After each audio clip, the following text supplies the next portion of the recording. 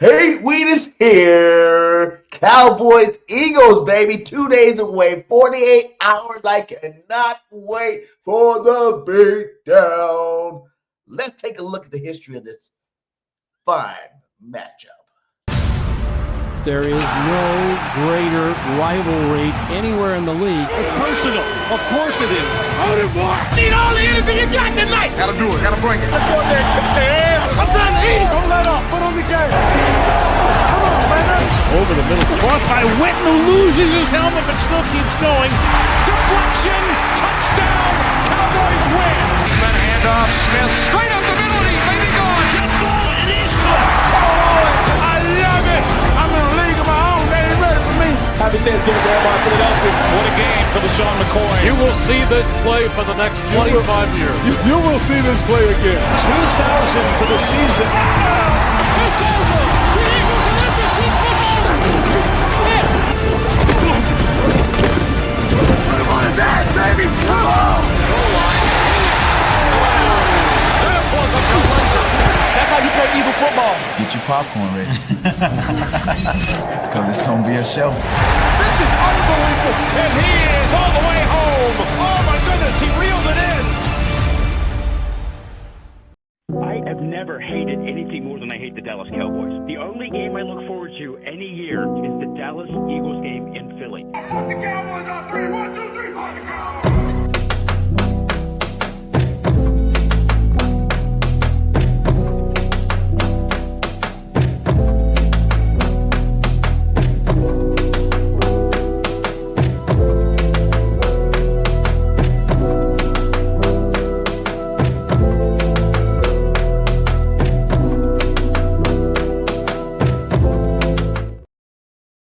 Going on, everybody, man, and welcome to the very first episode of The Truth, where not all Eagle fans agree on everything, and this is definitely the spot where this shit about to go down.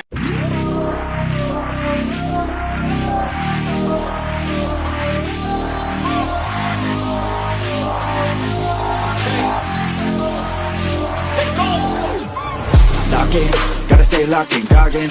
Gotta ball out like Robin. Straight to the top, I'm all in. Ordinary's like a toxin. I don't wanna be like Robin. I just wanna lead, no watching. Fuck caution, I ain't gonna be common. I got the confidence, like I'm on the shit, like I'm the baddest bitch in the club. I'm here for dominance, I'm being honest, that's what I want. I'll never give up, I want the whole place sold out. My name in every mouth, you know I'm after this shit. Till the world say my motherfucking name. Say my name. Say my motherfucking name. Say my. You know I'm after this shit. Till the world say my motherfucking name. Say my name. Say my motherfucking name. Say my. You know I'm after this shit. Till the world say my motherfucking name. Driven by fire, driven by fear, never get tired, no I'm still here. Felt in the cracks, now I'm shifting gears. 10 years in, my moments here. Waiting my turn, now I'm hot in demand. Slept on a kid, but I had bigger plans. Stayed low key, but I still hit drive. Give me one shot and I'm coming alive. Names on the left, second taste it. Gunning for the top, no limitations. From the basement, no hesitation. Flipping on my L's with straight motivation. Ain't no quitter, I'm built for the grind. Pressure makes up. What is up, Eagles Nation? It's your boy Bird Gang 31 in the building. How's everybody doing? 48 hours away from the big game.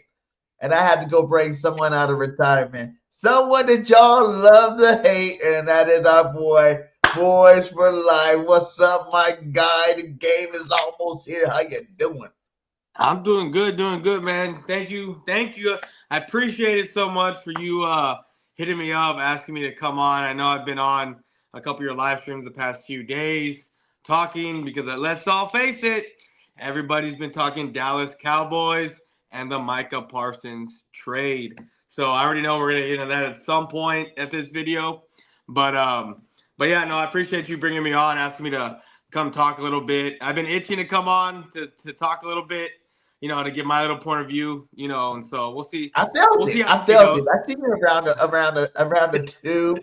Dropping little gems. Like, he wants to come back. He wants to come back and say something about his Cowboys. So we're going to let him come back. I miss it. To be honest with you, I do miss it. I do miss this. I do miss going on here, talking with other fan bases about football. I'm giving my little perspective of what I see because, I mean, let's face it. We go on ESPN, we go on the NFL Network, and what do we hear? The same stuff every single time. It's fun to get the fan perspective of how we view our football team. So, here I am giving my little spiel when it's time. But we have more Cowboys coming, and we had JC, my co-host, coming. I don't know where they're at. JC says work things happen. We're going to see what happens. But we decided we're just going to get it going. If they come in, they come in. If they don't, we're going to definitely make this show worth it. So let's start it off, my guy. How are you feeling about? Let's go ahead and start with the Micah Parsons trade. How do you feel like that will affect your team coming this Thursday night? And how big of a loss is that for you? So I made a video on it. Not about my reaction, but my honest reaction when I saw that happen wasn't of the typical Cowboy fan where like, oh my God, we traded Parsons. Like, why? What happened? My reaction was, crap, they traded Parsons. What did they get for him? Like, that's what I was worried about. It wasn't so much that they traded him, because the more and more I got down to it and it was actually truthful with myself, is because when you go back to a live stream when they drafted him, I was all for it. I was jumping up and down. I was happy. I was yelling like, yes, like we got our guy. And the more I saw every year, it was shit. We still can't stop the run. Like crap. Like we're still getting beaten coverage. Like, we're playing the Niners or the Packers and we're in a big game. We need to play. We need to stop. They run to his side or they double team him. And it's like, where's my guy at? So don't get me wrong. I'll give him his flowers. He's a great pass rusher, edge rusher. But for me, we weren't winning when he was here. So what difference is it going to make when he's not here? I mean, if we get worse, we get worse. If we get better, great. We got better because now we're able to stop the run. And let's face it, Kenny Clark is no slouch at plugging up the middle. He's not. He's a 3-time Pro Bowler. So that, to me, will help us tremendously. I mean, we did get edge rusher out of Boston College, Donovan. I'm not even saying his last name. Raku or something like that. Yeah, Raku. I mean, that guy, we got him in the second round. He's projected first rounder, middle to late first round. So, and then we also got Sam Williams on the other side. I mean, we are, I won't say stacked, but our depth at that position is pretty high up there. So, I mean, for me, I think, I don't know. We'll see. I'm not going to say it's going to help us, but I'm not going to say it's going to be any worse than what it has been. I mean, maybe it'll get better we're able to stop the run now a little bit better. But as far as pass rush and getting to the quarterback, I think we'll be okay. I think we'll be fine. Yeah, I feel like, I don't know. I feel like you guys lost the trade. And here's my deal with it. You know what I'm saying? Clark, yes. Now you upgrade your run stopping defense, which you need to do, right? But you downgrade your pass rushers. I know you said you guys got these rookies and whatnot, but they're not Michael Parsons. No, not even close. Generational talent, you know what I'm saying? Like a guy, 52 sacks first 4 years. It's like, only Reggie White's done that. So it's like you're taking away a talent like that. And my biggest part that I hate the most about the trade are the 2 first-round picks, because it's not like it's a shitty team where you're going to get 2 high-value first-round picks.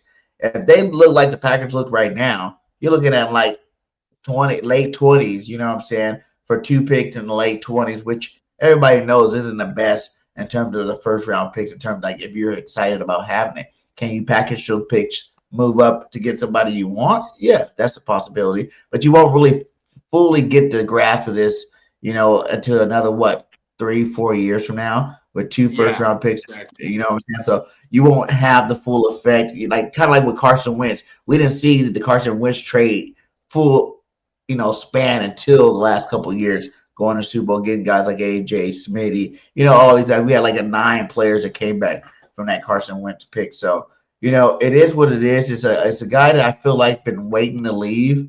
He's always like, I think people are getting tired of the podcast. People are getting tired of just putting his team down like that. You know what I'm saying? But like I said, at the end of the day, he's a good football player. It just wasn't a smart move, I don't think. I mean, well, if you look at it, I mean, there's reports coming out right now that he is. Now, I don't think it's an epidural. Like, there are reports that he might need an epidural before the game week 1. But I mean, an epidural is something women take when they're about to give birth. Like, it basically makes you basically paralyzed from the waist down. So I don't think it's an actual epidural. Maybe it's a different form of epidural. I don't know. But like he might need a shot. Like, I think he had like a sprain like L4 and L5, which from when I was researching and looking at, some of these videos on what the doctors say it helps you out basically with your base and like load up and put a lot of tension on your back. So like if he has those sprained L4 and L5s on your spine, I mean, that's kind of serious. You know what I mean? Like, yeah, this is that clip you're talking about right here. Yeah, that I see too. It's like, wow, Micah Parsons. The Packers were not totally aware of Micah Parsons' facet joint sprain on his L4 and L5 vertebrae when they passed him through his physical, approving the trade with Dallas. If he plays this year for the Packers, he will need regular epidural according to the doctor. So that's not just like one epidural. He's gonna need it like before every game or something. Yeah, every game. And so to that point, I will say the Packers were not aware of how serious it was before the trade, but when it came time to his physical, they knew at that point how bad it was, but they were able to just, pass him in his physical so that way they could ultimately do what they did because they wanted him that bad. But if he's not able to play this year, I mean, you tell me who won that trade, right? Yeah. If we're able to finesse 2 first-rounders and Kenny Clark, right, and he can't play this year or he's that hurt, I mean, if your spinal cord is spraying like that and you need shots to where you can't feel what's going on there, imagine you hurting it and then not being able to feel it. Yeah. You know what I mean? And then you actually something major does happen, but you don't know because you're numb down there. You know what I mean? He could totally ruin it. Yeah, he could ruin his career. So if this stuff is actually true, the way all these reports, who actually won this trade in the long run? And plus, you're not going to pay $47 million to your linebacker edge rusher, plus pay $60 million a year to your quarterback, and then pay whatever it is to your wide receiver, and still be able to give Deron Bland his $92 million over 4 years, right? 20, I think it's like 20 or 50, something like that, guaranteed 50, maybe I think it's 50. And then you still need a George Pickens. You're going to want to re-sign him. And then I'm sure as hell hope they better not let Brandon Aubrey go because we already know the Cowboys can't score once it gets inside the 20. So Aubrey don't miss. You know what I mean? So to me, it's addition by subtraction. You get rid of Parsons. You keep all that money. Maybe you go out into free agency, even though this is the first year we've seen them make any sort of splash in free agency. It's not big, but they did make some moves, right? And now they're signing. I mean, one day removed from the Parsons trade, and what happened? You signed Deron Bland, right? Yeah. So you got your guy, right? So, I mean, to me, like you said, we're not going to know the full scope of anything till about 3 years down the road once these draft picks have been made already and what's what. But who knows? The Packers may have lost in this trade. Like you said, though, if he does, and that is how serious it is, you guys could have won this trade. You know what I'm saying? Like, you could have won it. Jerry didn't say that. You know what I'm saying? He goes, last time I gave big money to my quarterback and we missed him for a year, right after I gave him the big money. Like, he didn't want to go into this season giving Parsons big money and then ended up missing him for the year. Or we both could lose this trade because, I mean, let's face it, the Cowboys aren't the greatest at drafting first rounders outside of offensive linemen. So, I mean, we both could lose. There's that possibility. It could be a lose-lose came out of situation. nothing. You know what I mean? So, Yeah. It could end up being a big 0 on both these ends. But I do see the plus side in terms of Clark. Like last year he played hurt.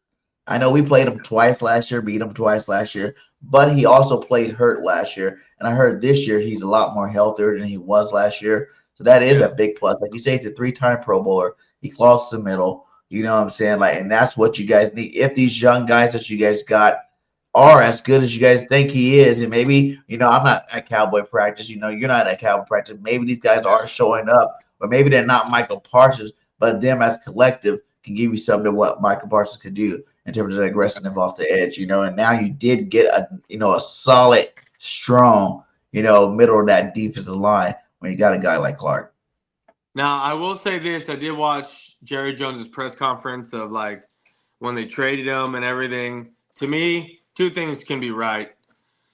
He's right in we can't stop the run, and then he's full of shit when he said he wanted to make this trade because we couldn't, or one of his reasons was because we couldn't stop the run.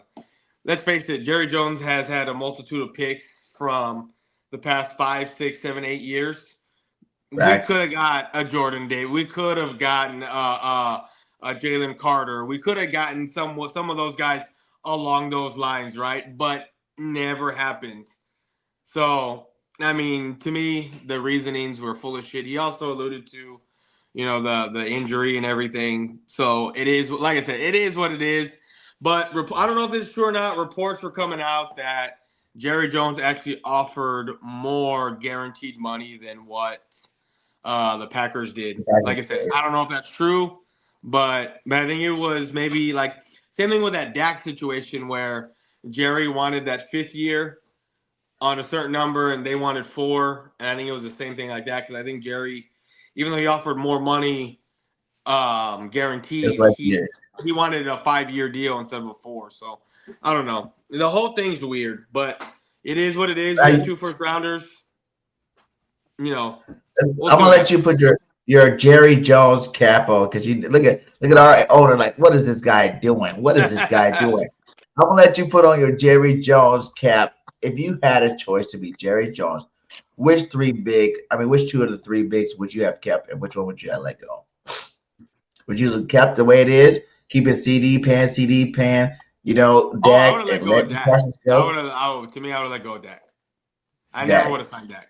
Now, at least not to the $60 million a year that he wants. Because, I mean, to be honest with you, the out of the 3, Dak, CD, and Parsons, who's the only one that shows up in these big games? It's CD Lamb. That's it. And when the ball gets to him. Because when the ball's not getting to him, Dak Prescott looks like a deer in headlights and he's throwing interceptions all over the place. And then Micah Parsons, like I said, when it's time to play a team like the Niners, the Packers, someone with a solid run game, he's nowhere to be found. So, But to me, I would have got rid of to me, honestly, it would have been Dak. Straight up Dak, 100%. Just because I've had more of I wouldn't even call it a sample. I've had a whole career of him getting us to 3-4 playoff games and winning 1. Yeah. I think he was 2-5. The worst out of all starting quarterbacks in terms of playoff records. Yeah. So, I mean, and I think out of most of those playoff appearances, we start off in the division game. We don't do the wild card. Those 5 losses. I think maybe 1 or 2 of them came from the wild card, then the division game. But I think I'm gonna say 3 of them were started off in the divisional round and 1 and done. Actually, his rookie year we lost to the Packers, and then 2 years ago we lost to the Packers. Yeah. Now you're trading the Packers your best player. And there's a lot of history here with the Packers. It's great. And you're right. That was another deal. Was why would you trade them? And it's not even so much to the Packers. It's why would you trade them to someone who has a possibility of getting into the playoffs and having late round picks? That was my deal. It wasn't so much that we traded with the Packers. It was Well, the Packers, I mean, that division's good, but even if they make a wild card and they win a game or two, they're in the divisional round. They're in the title game, the title game before the Super Bowl. So you're looking at a 22 to 26, 27th pick for those two. You know what I mean? If you do it for those 2 years, if they do the same thing. But you also got to look at it like the Packers, when they played, I think it was a winning record. A team with a winning, they were like 2-5 last year. I think they lost almost every game, or maybe one, or they won all. They lost all but one game when they did divisional games. You know, against Minnesota, against the Lions. Yeah. Does Micah Parsons make that team, that defensive side, that much better with him being injured? I don't know. That those DBs are iffy. They have another solid edge rusher on the other side, so maybe it'll pair him up, you know, and he'll be able, you know, maybe he'll be able to do more, because I think that other guy can stop the run, can cover, while all Micah wants to do is just rush the quarterback. I mean, there was reports coming out that what's the Commanders head coach's name? That was our coach. Dan Quinn and whoever the hell we had, Zimmer was saying that Parsons didn't really want to do much of anything else as far as scheming other than rushing the quarterback. I mean, do you want a guy like that on your team? No. You want a guy? We had one, Tom Reddick. We had to let him go. Yeah. Or do you want a guy on your team that says, I want a team-friendly deal, I want this, I want that, I want these pieces around me, I'll take less money, da-da-da-da, and then push comes to shove, this happens, lying to the fan base, everything. Falling asleep on the trainer's table? Nah, it was time for him to go. Podcast after every game, it's like, bro, it's like you rather do the podcast than go work out and be in football for the next 6 months, you know? So it was getting, to be honest with you, the past like year and a half, I've been over Parsons, to be honest with you. Well, I know you were retired last year. You were retired last year. I know you got to see my boys, my Philly. Oh yeah, I saw that. Another Super Bowl, my guy. Another Super Bowl. I went to a buddy's house. Now. Watch out, Cowgirls. We're coming for those 5. I was already drunk by halftime. I told my wife, let's go. I'm out. Let's go. The Chiefs, I mean, I don't like either team. Like, I really don't. But, so I really didn't care who won. So I was. But you hate the Eagles more. Come on now. You what? I said, but you hate the Eagles more. Come on now. I do hate the Eagles more, but also I hate the Chiefs for other reasons. But it was like, fuck, man. Like, I mean, either outcome sucks. You know, either outcome is gonna suck. Belt to ass. That's what we're doing around here in Philly nowadays. We're doing straight belt to ass. So let me ask you this: with all the defensive pieces that are left. I know I wouldn't say reloaded, but you know, y'all did make some draft picks and everything. How do you feel your defense is gonna hold up, not just against the Cowboys this year or Thursday night, but just as a whole with a lot of your pieces going elsewhere? I'm all right with it, you know, because we still got Vic. Vic took the last place defense and made him number 1.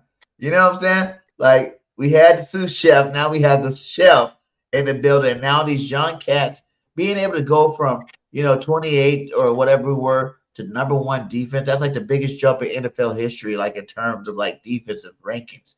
And the fact that a lot of those guys were first and second year players in a new scheme for Big Mangio, and we're bringing them back this year, it's like the losses, the gain of losses, kind of that margin kind of drops a little bit, because you look at, we lost Sweaty, right? But I wanted to keep Josh Sweat. I was really mad that we kind of didn't pay him. You know what I'm saying? But I knew they was going to overpay him, and we weren't going to overpay Josh Sweat. But, you know, he did lead our team in sacks. But, you know, that was one guy I was worried about. But we did have Nolan, Hunt, and Wings waiting to, you know, do their thing. You know, you look at Milton Williams, another guy that got overpaid, you know, the highest paid Patriot ever, and like more than Tom Brady or whatever the hell. And, you know, he was a third defensive tackle on our football team. You know, Jordan Davis is slimmed up. got into shape, looks way better, and he had a great end of the season last year. Postseason run, had a couple of sacks in the postseason. He's up to his game, and plus he lost some more weight this offseason. So I think he's going to be a menace to really replace that. Plus we got a guy like Amoro Ojomo who's looking pretty good there. He played good last year too in his sparing time. So the biggest departures I would say that I look for to see how Banjo really going to cover it up will be our CB2 and our safety. CJ whenever he was on our team, we went to the Super Bowl. You know what I'm saying? Like 2 times he came, 6 picks in Super Bowl. So without him there, we do got Andrew Makuba, who's looking pretty good out there as a rookie. He just got to stay healthy. We got Sidney Brown coming back from injury. He had a year off of ACL last year, didn't play too much. So this year's kind of like his first year really back, fully healthy. I'm not really worried too much about it. But overall, like I said, you got to think that guys like Jalen Carter has gotten better. Another year in Vic Fangio's system.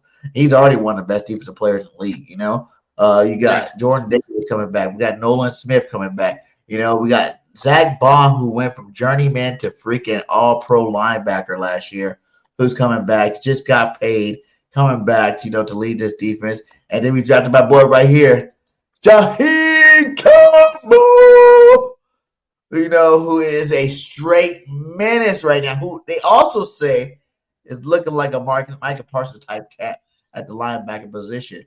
That we had to be backing him off because he be hitting our own players too hard. He gave a couple of our own players concussions in the, off season here, just for playing too hard. And that's just kind of the linebacker you want on your football team. So I don't feel like the pieces missing are going to be as dramatic as people think they're going to be. And I think we pick up right where we left off last year and continue to dominate on that defensive side of football. Yeah, I feel those, like when I saw throughout, like as they were leaving, I was like, man, that defense is gonna take a hit, especially the guys that y'all had that I thought, Josh Sweat, Williams, CJ Garner-Johnson. And like you were saying, y'all went from worst defense league to the best defense league, but it's kind of easy when you got a coordinator like Fangio, and then you already have the pieces in place to do that. You know what I mean? Like maybe he was able to understand these guys a little bit better than whoever y'all's other defensive coordinator was. We had a lot of disciples before. That was the biggest difference. We have Fangio protege, we have dude that, but they all went, they all, got promotions, pretty much except for the last year, the year before last, the other ones like, Jonathan Gannon was new head coach of Arizona, he's the coach of Arizona Cardinals now, had one of the most sacks ever, but they're defensive coordinators that have pieces of Fangio. They're not Fangio, Fangio's a guy that he doesn't have a scheme. He plays week to week. You know what I'm saying? He's old school. You're going to go against a team, you might see a 5-2. You might see a 4-3. You might see a 4-4. You know what I'm saying? You might see a 3-4 that week. It doesn't matter. He just does whatever he needs to do to win. Instead of some of these guys that are his proteges, they might run a base 4-3. You know what I'm saying? Or they might run a base 3-4. And that's their main package with a lot of Fangio concepts in there, which I think is a big difference, you know what I'm saying, from having the chef as opposed to the apprentices. So, like I said, like this defense is only going to get better. Like I said, we're the second youngest team in the league right now. The second youngest and coming off of a Super Bowl. It's the sky's the limit for this defense. We can be even better this year because you know how hard it is your first year in a scheme.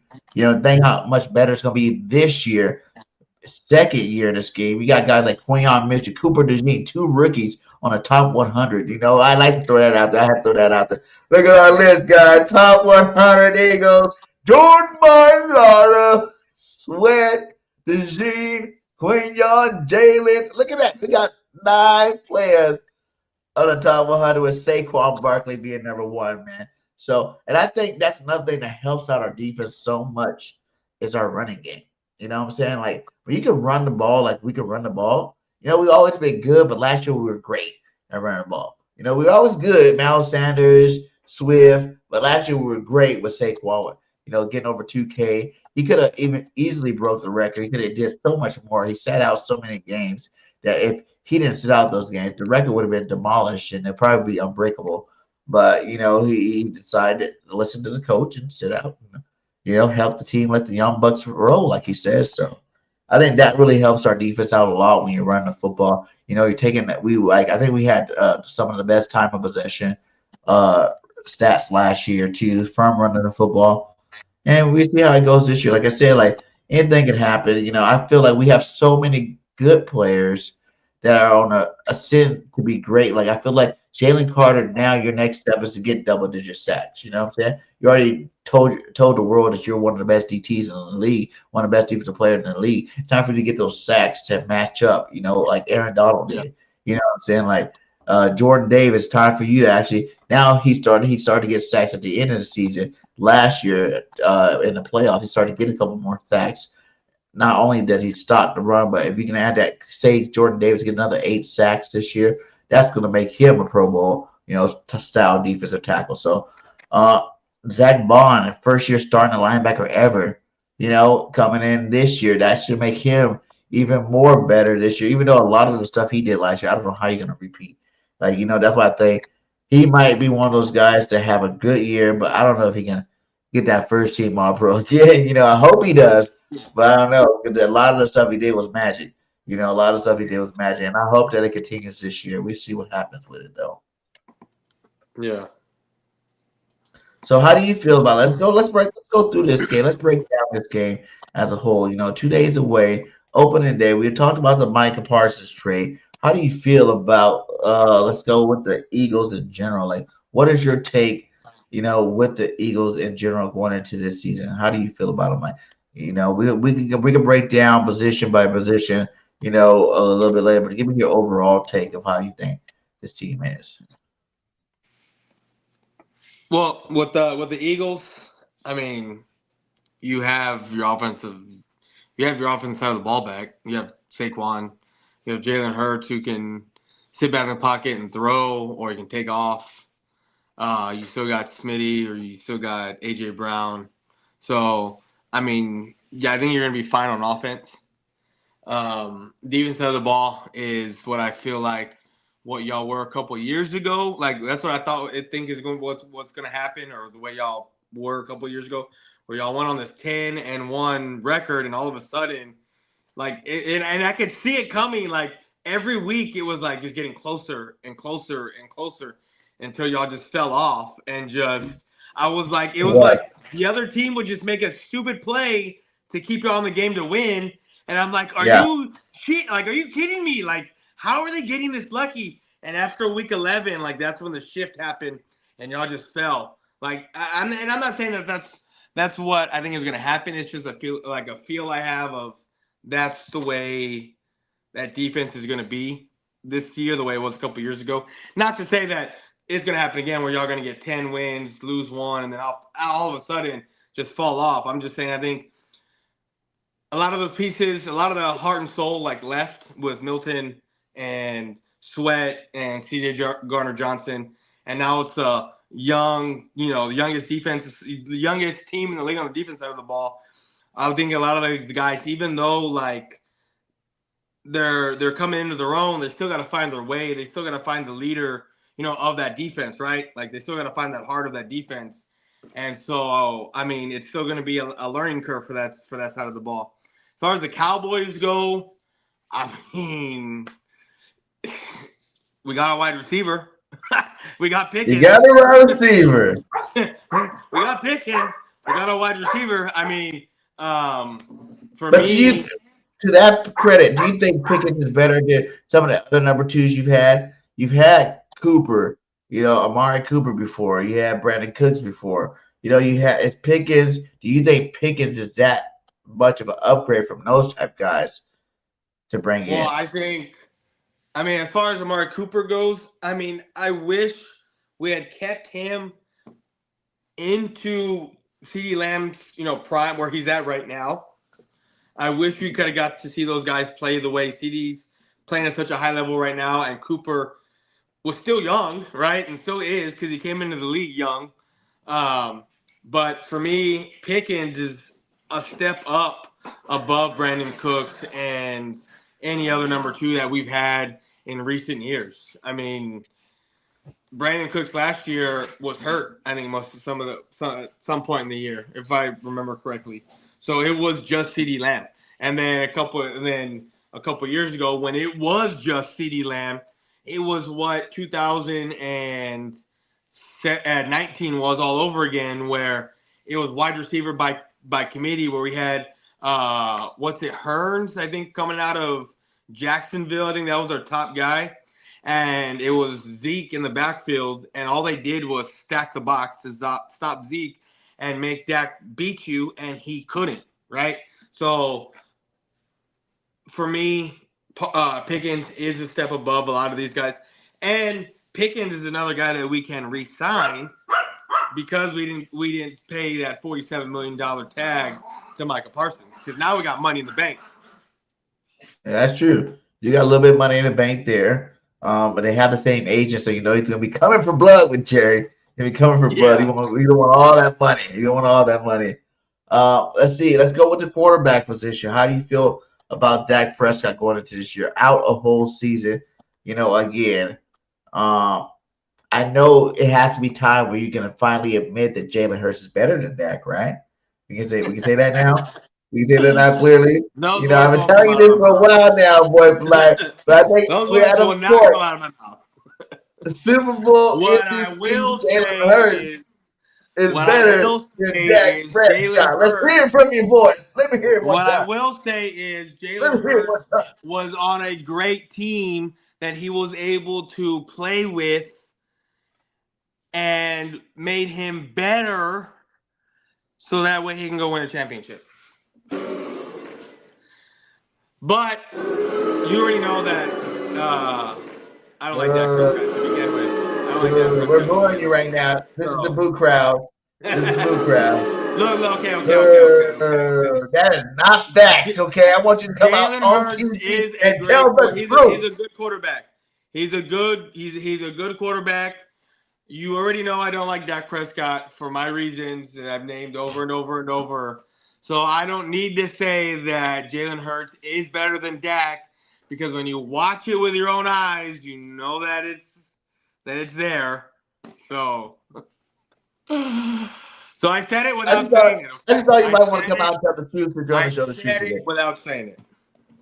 But said it without saying it. Basically, what he's trying to say Jalen Hurts is better than Dak Prescott. Look, they're there. Yes. Yes. Hold on, let me turn this light on real quick. Give it to him. You gotta give him those claps, baby, because he is telling the truth now, man. That Jalen Hurts is better than Dak. But like I said, do you think this is Dak's time to shine, or this could be it for him? Because I really feel like without the same way when we had all those draft picks, those we had two back-to-back. I think we had like 3 years where we had 2 first-round draft picks. This Dak time to shine or go.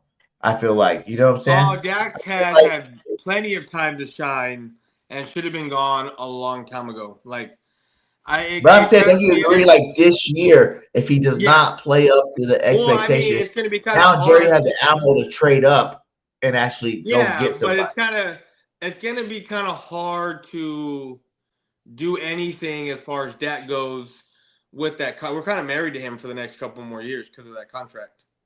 Gentlemen, good evening. What's up, Amp? You decided to join us, my guy.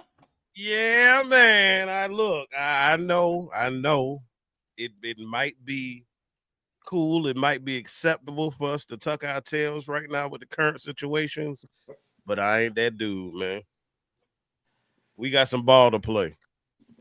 You got some ball to play. Well, welcome to the show, my guy. We're just talking about Dak Prescott. Is this the end of Dak if he does not, take care of business this season?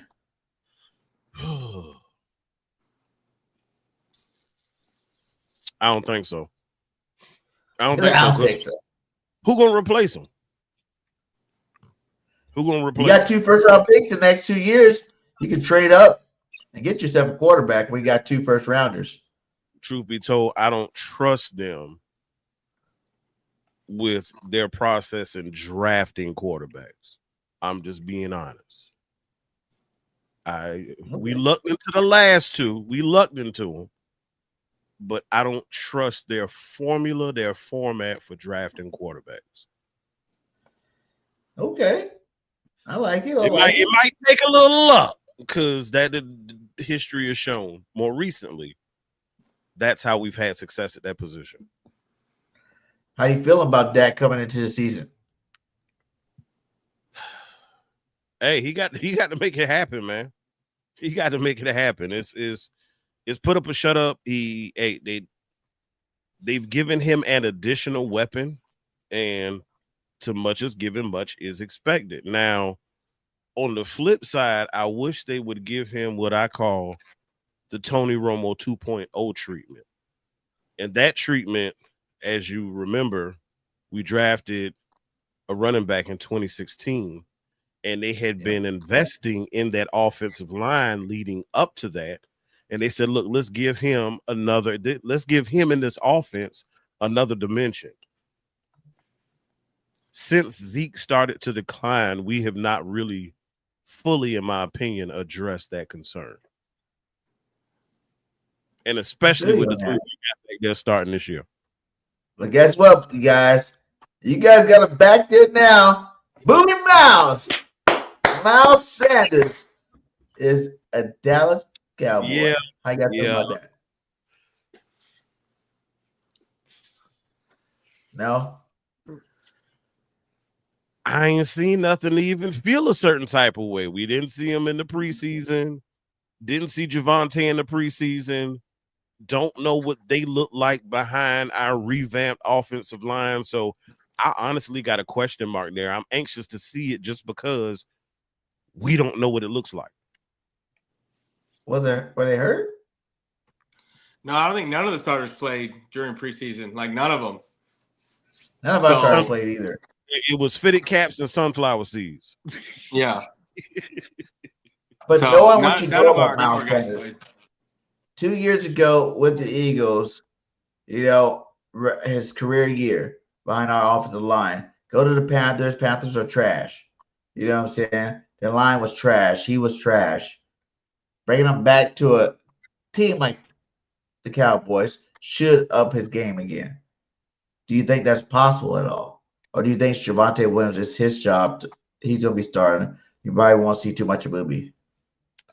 As much as they've been talking about him, it's probably going to be Javonte. And they'll sprinkle Miles in. Yeah.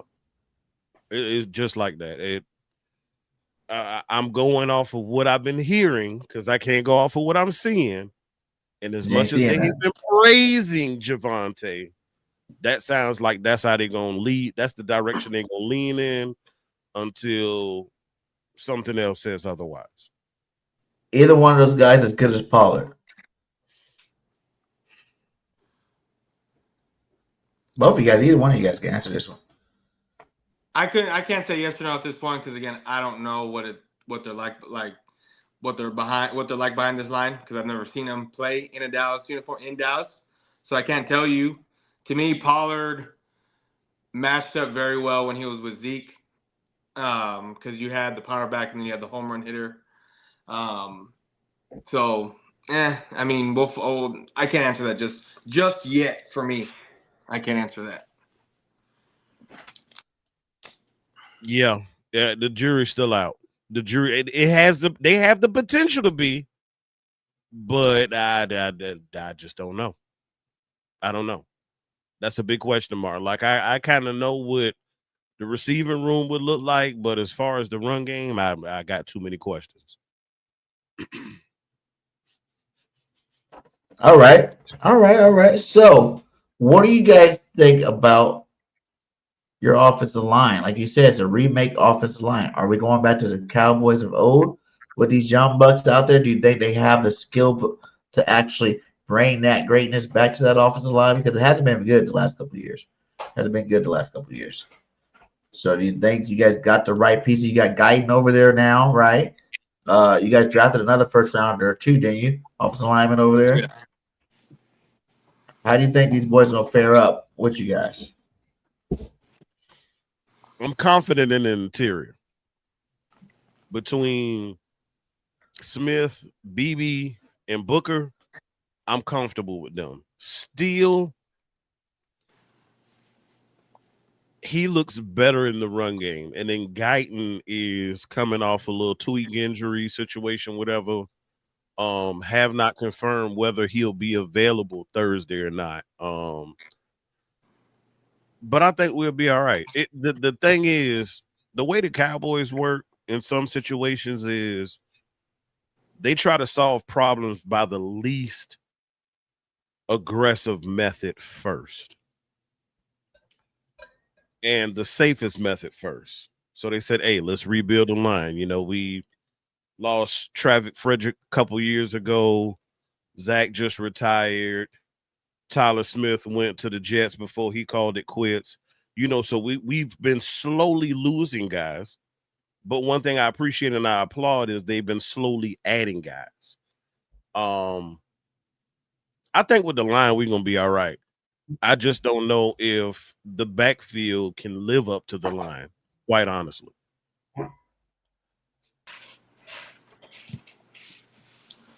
Yeah, like I'm going to piggyback off of what he was saying is, like we talked about with drafting, right? Outside of drafting offensive linemen, the Cowboys have a hard time struggling drafting anybody outside linemen for whatever reason. So I'm pretty confident with our offensive line, whether Guyton's there or not, that we'll be all right. But we'll just have to see, because again, we didn't see really any of the starters in there.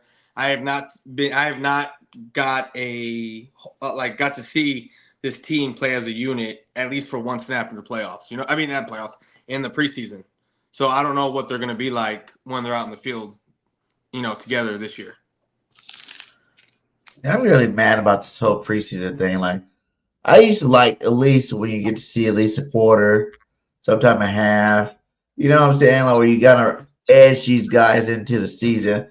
You know, you took away a preseason game, but now no one ever plays their starters in the preseason. That makes it a lot harder for us as fans to really understand what's going on with our football team offensively or defensively, for that matter. We pretty much only see the guys that are like, you know, second team, third team, who's trying to make the roster type thing.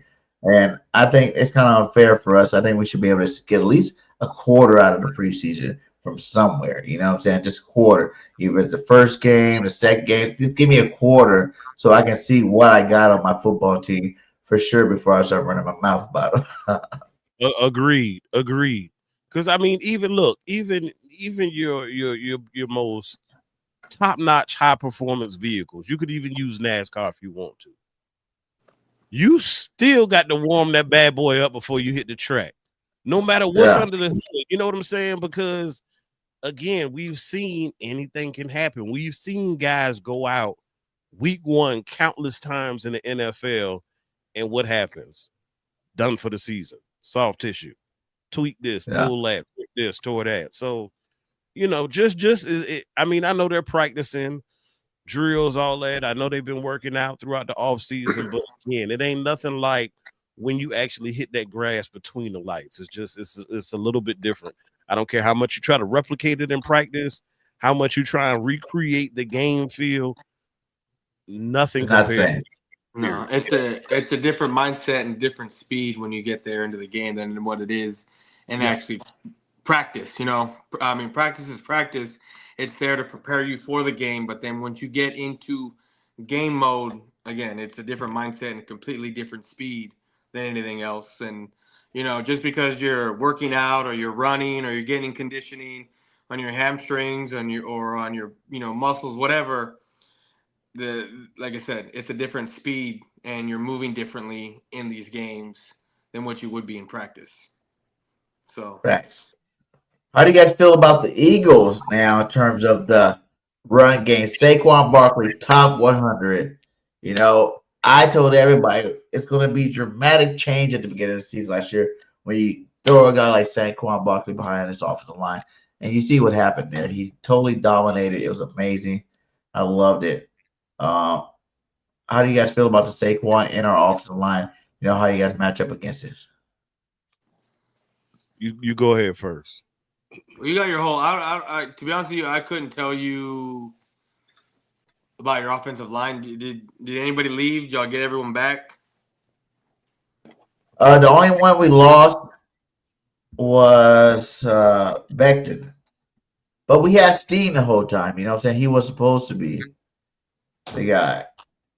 Steen. So Steen was starting last year. Then Becton, we took back Becton from the Jets. He was just too big, too physical.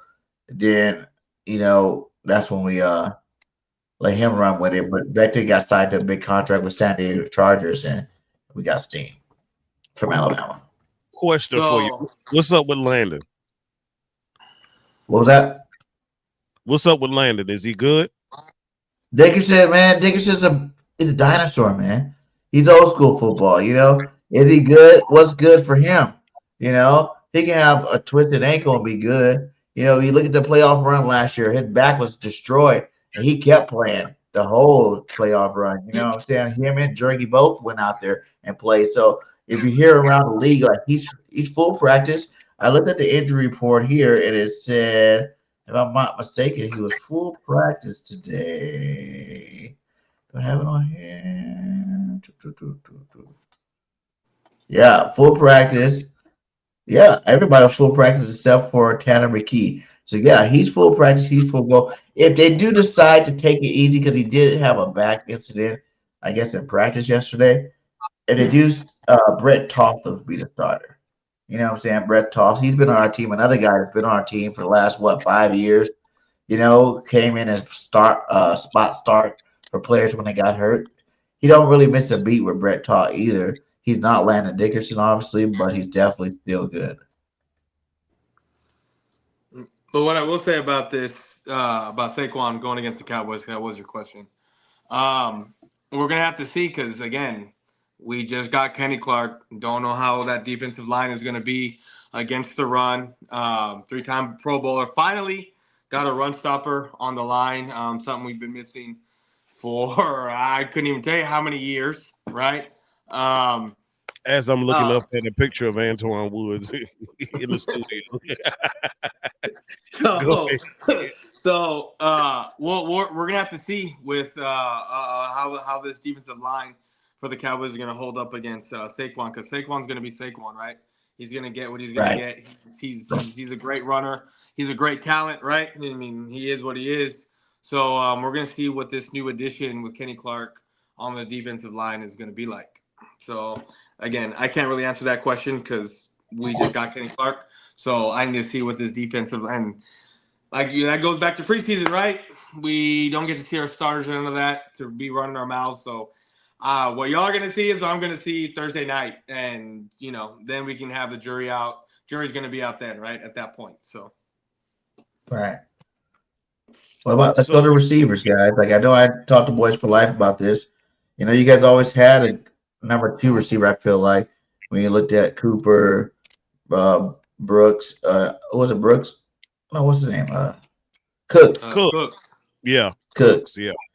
How big of a bigger impact do you think you'll be having Pickens on those roster this year? I get the salivating. Well, before I answer that, let me answer this as far as the line and the run game for y'all. You did it. I believe your line is going to be solid. I believe Saquon again is going to be Saquon.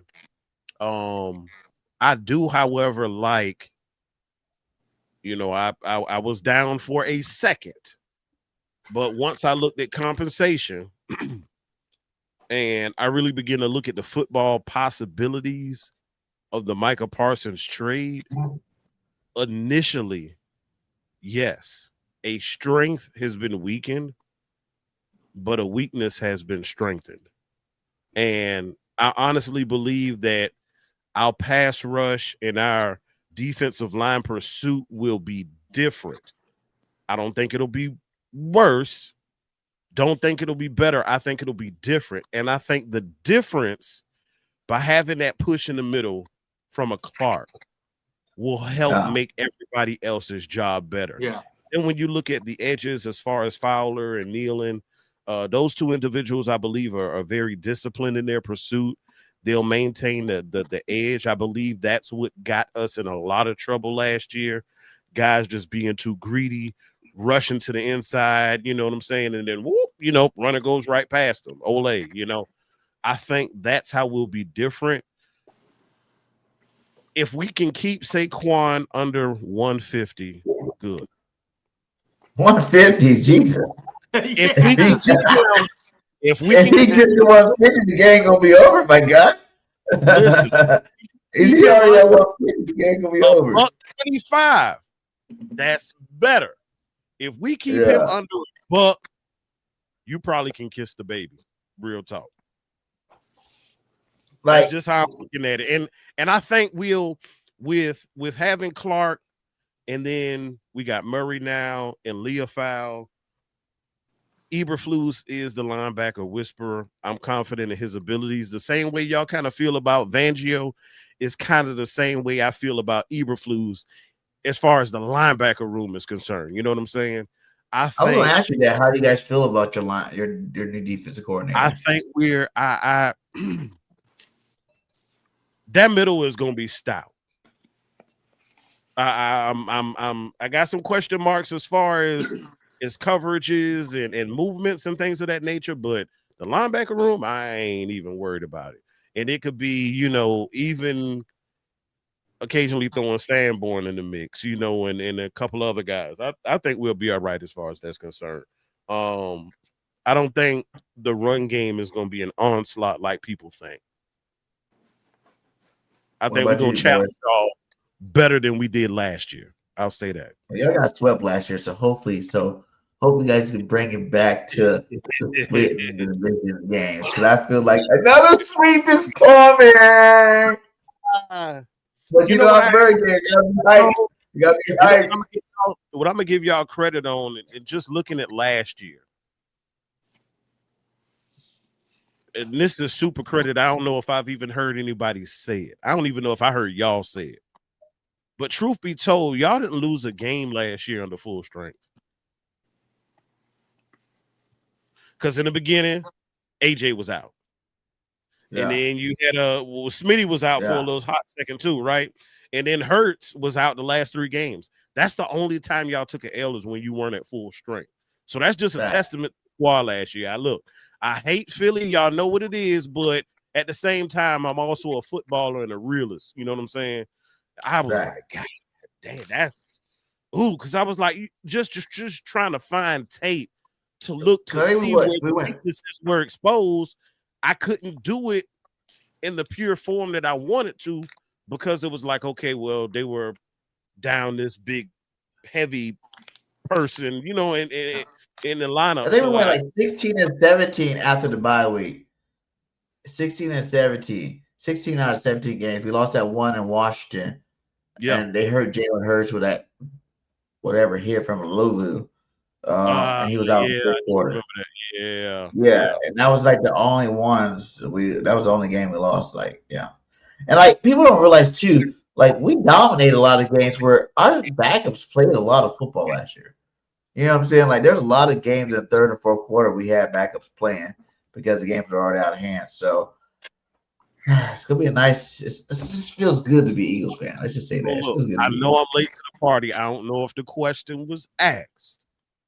Let's go with it. But how are you feeling about that secondary against the dynamic duo? To be honest, like I told her before, I look at it like this. Slay was great. We're gonna miss him. I feel like we should have paid him the $10 million to keep him for one more year. If all he wants to play is one more year, we should have just gave him the $10 million, whatever. Rodgers, I feel like work, yeah. If you didn't give Slay the money, you should have gave it to Rodgers, right? You should have gave it to Rodgers, give him the what? He got $5-6 million to go to Minnesota to be their starting cornerback. So I'm sitting there huh? And then I look at, we got Adoree Jackson, which I'm a huge USC fan, so I love Adoree Jackson personally. He hasn't really showed his super potential in the NFL or whatnot, but I do see quality of a starter, obviously, throughout his career. Then we all really were banking on Ringo. I think that's what the thing was. We have all these Georgia Eagle, Bulldog, Philly dogs on the team, and we're like, okay, now it's just he's the last piece out of the Philly dogs that need to come up, step up, and start. Bro, I live in Georgia, dog. So with every dog pick y'all took, I was like, dang, another one. Yeah. I'll be up there a lot. I'll be going to that Rocky Mountain Pizza and watch my Eagles games up there. It's pretty late over there. But yeah, so and then we got Bennett from the Raiders. So that was another cat that needed some time. So I don't know. I feel like that the development of Quinyon Mitchell and Cooper DeJean, because even Cooper DeJean right now still gets reps on the outside. I think he's our safety blanket if we have to go that route. I think Vanchu doesn't want to go that route because he's such a great look. He made the top 100 players as a nickel cornerback. When did that ever happen? You know what I'm saying? Like he's a beast at the nickel and safety, and I think he don't want to have to use him at the other cornerback spot. But right now, I think it's Adoree Jackson and don't forget about Jordan Lewis. Don't forget about Jalen. Yeah, it's their job to lose, man. And I feel like right now they're gonna hold it down. I feel like they can really hold it down there. I think Adoree. I want Adoree to hold it down, but watching Bennett from the Raiders, like he locked out a lot of top flight receivers last year. In the 10 games he started. I'm saying he shut Jamar Chase down. He's the best receiver in football. One of the best receivers in football besides AJ and JJ. So I feel like he has the capabilities of being a star. He's young, he's talented, he's fast. I want him to steal the spot from Adoree Jackson, but right now I think we're fine with Adoree Jackson leading the way if that's what we do on Thursday night. Okay. How do you guys see it happening?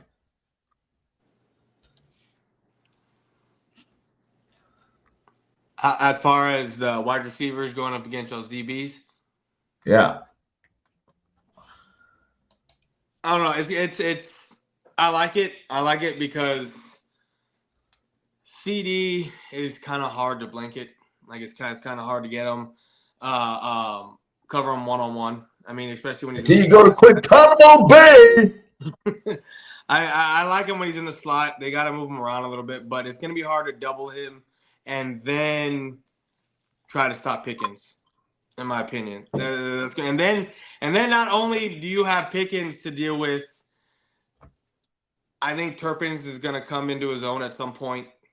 I mean, as with the trick plays or whatever it is with him, you're going to have to keep eyes on him because he is fast. He is, agile. But I think that y'all secondary is going to have a little bit of a hard time, especially since, again, we didn't see anybody in the preseason, none of our starters. So, and we talked about game speed is a lot different when it's time for game time. And CD's already been proven. Pickens has been proven. You got a lot of guys that are still, like you said, trying to reach that level, to where you're comfortable. So I think the Cowboys on the wide receiver side is gonna be a little bit better than the DBs over there. And I think we'll be all right. Yeah.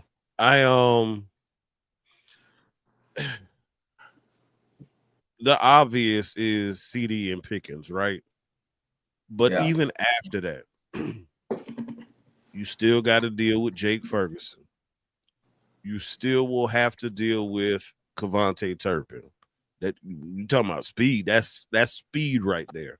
And he's got some solid hands, and the guy's physical. I expect Shoddy to use him in the passing game, but I expect them to use him also. It's kind of a gadgety player, if you will.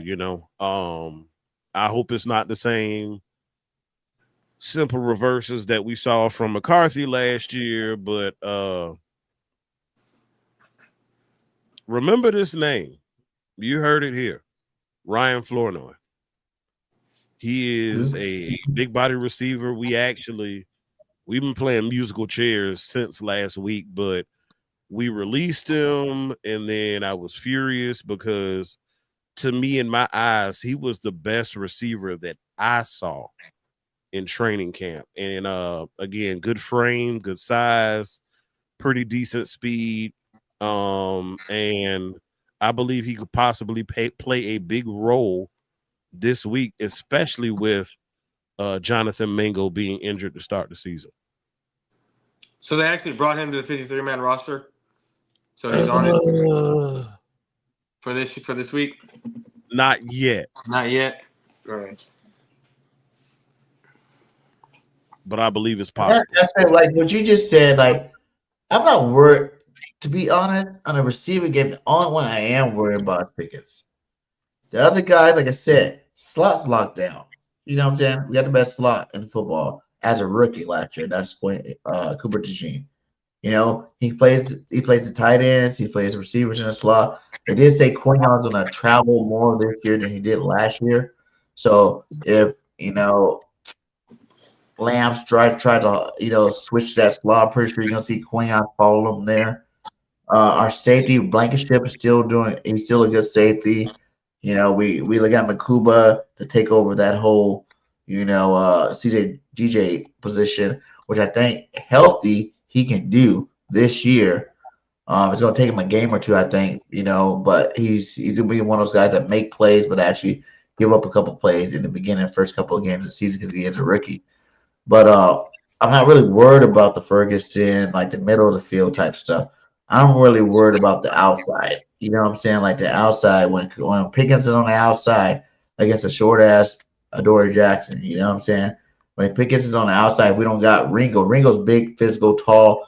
We wanted him to start because of his, you know, athleticism, his height, his size, you know what I'm saying? And since he hasn't started yet, we're still like, what the hell? You know what I'm saying? Like, goddamn you, Ringo. But if he were to start or if he were to play, you know, because I think even Bennett from the Raiders isn't that tall. He's another one of those like, you know, 6-foot cornerbacks. So that's the biggest thing. And Pickens, because, you know, I feel like they haven't had enough good quarterbacks in Pittsburgh to really show his full potential. And everybody knows Dak Prescott's a regular season, you know, god. You know what I'm saying? He's coverage time stats or whatever stats you want to call it. In the regular season, he is the man. You know what I'm saying? In terms of throwing that football when he's healthy. And it got a guy like Pickens that can, you know, make one-handed catches, contested catches.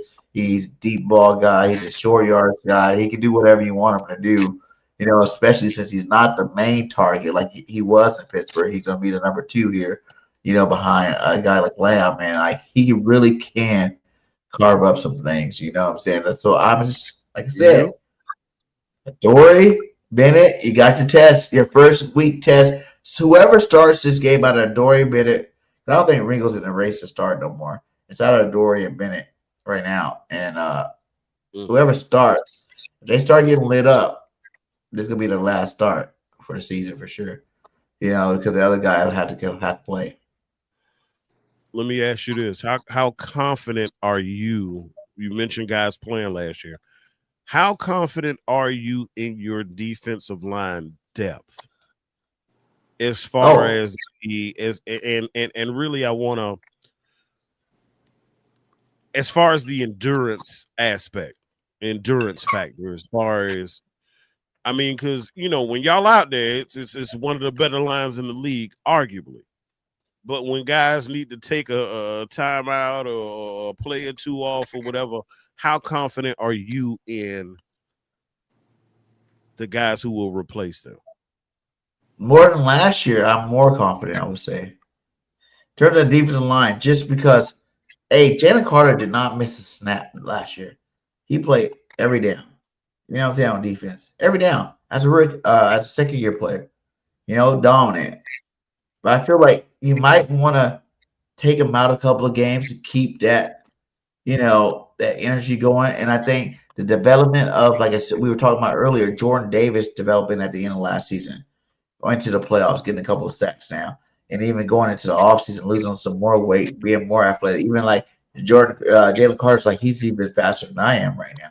And they have a man that size who automatically gets double teamed just for his size alone. You know what I'm saying? Forget a skill thing. Just his size is a double team. And now you're adding more pass rush in there. I think in the playoffs, he had like 2.5, 3 sacks last playoff. And that's something we didn't see from him for years. We were waiting to see that side of Jordan Davis. But like I tell people, it took Fletcher Cox a while before he got 10 sacks in the season. You know what I'm saying? But he was still one of the best defensive linemen in the game. I think that's how it is with Jordan Davis. And then you got Moro Ojomo, who also played Booker. I mean, it was Moro Ojomo and Gabe Hall. They both played last year on our team. You know what I'm saying? They both had their minutes. They both produced when they played. Everybody gives it to Milt Williams for being that third guy that kind of stepped up to become the number two. But I really feel like Moro Ojomo is just it's the same. It's no difference. I don't feel like the Milt Williams, Moro Ojomo, that's that position right there. That's a flush for losing and keeping. You give him one more snaps than he had last year, he's going to produce the same way he did because he was another guy came playoff time. Moro Jomo has playoff sacks. You know what I'm saying? Have playoff pressures that we needed from our defensive line. So I don't really feel like the defensive line can step back, even though you lose a guy like Josh Sweat, but then you replace him with a Jalen Hunt who had even better playoff than Josh Sweat. You know what I'm saying? He was a young rookie who's coming into his second year into the defense, who had a better playoff than Josh Sweat, who led our team in sacks last year. You got Nolan Smith coming back, even stronger, who really showed up after BG went down, who came in, and showed that he deserved to be here. And then you got, even Ty Robinson, the Vanilla Rhino, they call him the Vanilla Rhino. That guy right there is beasting people. Even Jalen Carter's giving him praise right now. So I think our line's gonna be great, and I think it might even be better than last year because I feel like we're faster, more younger, more excited to get there. You know what I'm saying? Like I just love the whole approach of our whole team, but even our defensive linemen. Like it's just this year, no one was satisfied with that Super Bowl. You know what I'm saying? Like this ain't 2017 or when we won a Super Bowl and everybody was on their high horse thinking we were the best. They're not even coming out for banner drop this game. You know what I'm saying? Like these guys really put that shit to the back and said, this is a whole new season and we got to do it all over again. Like they got that whole dog mentality, like put it to behind us and we're going to go out there and win another one type mentality because we got the stars on this team to do it. When you got 10 top 100 players on your team, you know what I'm saying? Like from the players go, you got something to mess with. It's up to them. Like I feel like for the last 3 years, the Eagles, the only people that really beat the Eagles are the Eagles. And we beat ourselves when we lose games. It's never been really. I can't really recall in the last 3 years too many games where it's like, oh, that team was that much better than us. They just slaughtered us. They just kicked our ass. You know what I'm saying? Like it's always been us doing stupid stuff, doing things, giving up the game at the late in the end of the game. You know what I'm saying? Stuff like that that really, contributed to our losses. So interesting fact. So I'm here in Georgia, and Nolan Smith is a local. He went to high school partially here. Even closer than that, my first cousin and his father are first cousins. Like What? so he was presented the key to the city here over the summer. He had a golf tournament locally. So yeah, he's kind of the hometown favorite. So it's kind of like when y'all won, it's kind of almost like being in, for me, it's kind of almost like being in y'all city and just having to see it because it was up front and in my face. So that's why, I mean, at the end of the day, y'all still Philly, but for me, that's why it's a little bit more motivation just because it's in my face. I can't turn. We're sending out Eagle applications, guys. If you guys, I know a lot of people said when the Michael Parsons trade happened, they don't want to be Cowboy fans no more. We got Eagle applications. You can come over to the real side and be Eagle fans if you guys like. But like one of them said, ask you guys, say, well, how do you guys feel about your defensive line? Yeah, Mozzie Smith. Everybody's like, oh, it's gonna be better than Jalen Carter coming out. All these guys in that defensive line compared to, the Eagles defensive line. Like, how do you feel about that defensive line? I'm gonna let you go first. I know you didn't see it this year, you guys said, but like you guys know what you got there and how you feeling about it. Y'all's defensive line or our defensive line? You guys' defensive line. I'm appreciative of Kenny Clark. I'm gonna tell you that much. like needed it now. Like this, I'm not saying it just because it's cool and because Michael's going. I was saying it all summer long with the rest of the content creators, Boss Cowboy, Loose Takes, HTM, Landlord, Big Time Show. We were all battling for one take over the course of the summer. So yeah, I know the way we got it was a little funky, but nonetheless, I can't be screaming and preaching all summer, and then we finally get what I've been asking for, and then I poo-poo on it. I can't do that. So I'm grateful for him. I looked at the tape, y'all playing him last year, just to see how he did. He did a pretty decent job, and considering the fact that he was dealing with a foot injury, because a couple of times he got double teamed, he got pushed. He did. You could tell he was kind of off balance. He was just trying not to have that weight pressured on that foot, but he had surgery back in January. He's supposed to be healthy now. I believe that will, because I'm a former LB, and I always say you can't hit what you can't see. And so now the fact that we got some beef up front who will possibly be able to negate that push and those combos and double teams from y'all, it's going to make life for my linebackers a lot easier. And the thing with Saquon, incredible athlete, great back, but when you can get up on him before he gets up on you, you have a much higher chance of success. If you can get penetration, as I feel we will, you can make him hesitate, you can make him pivot or select another hole. Now you're allowing time for more help to arrive to the scene. So I think that's how this defense will be better. The defensive line will be better than last year. I know a lot of people are concerned about the pass rush aspect, right?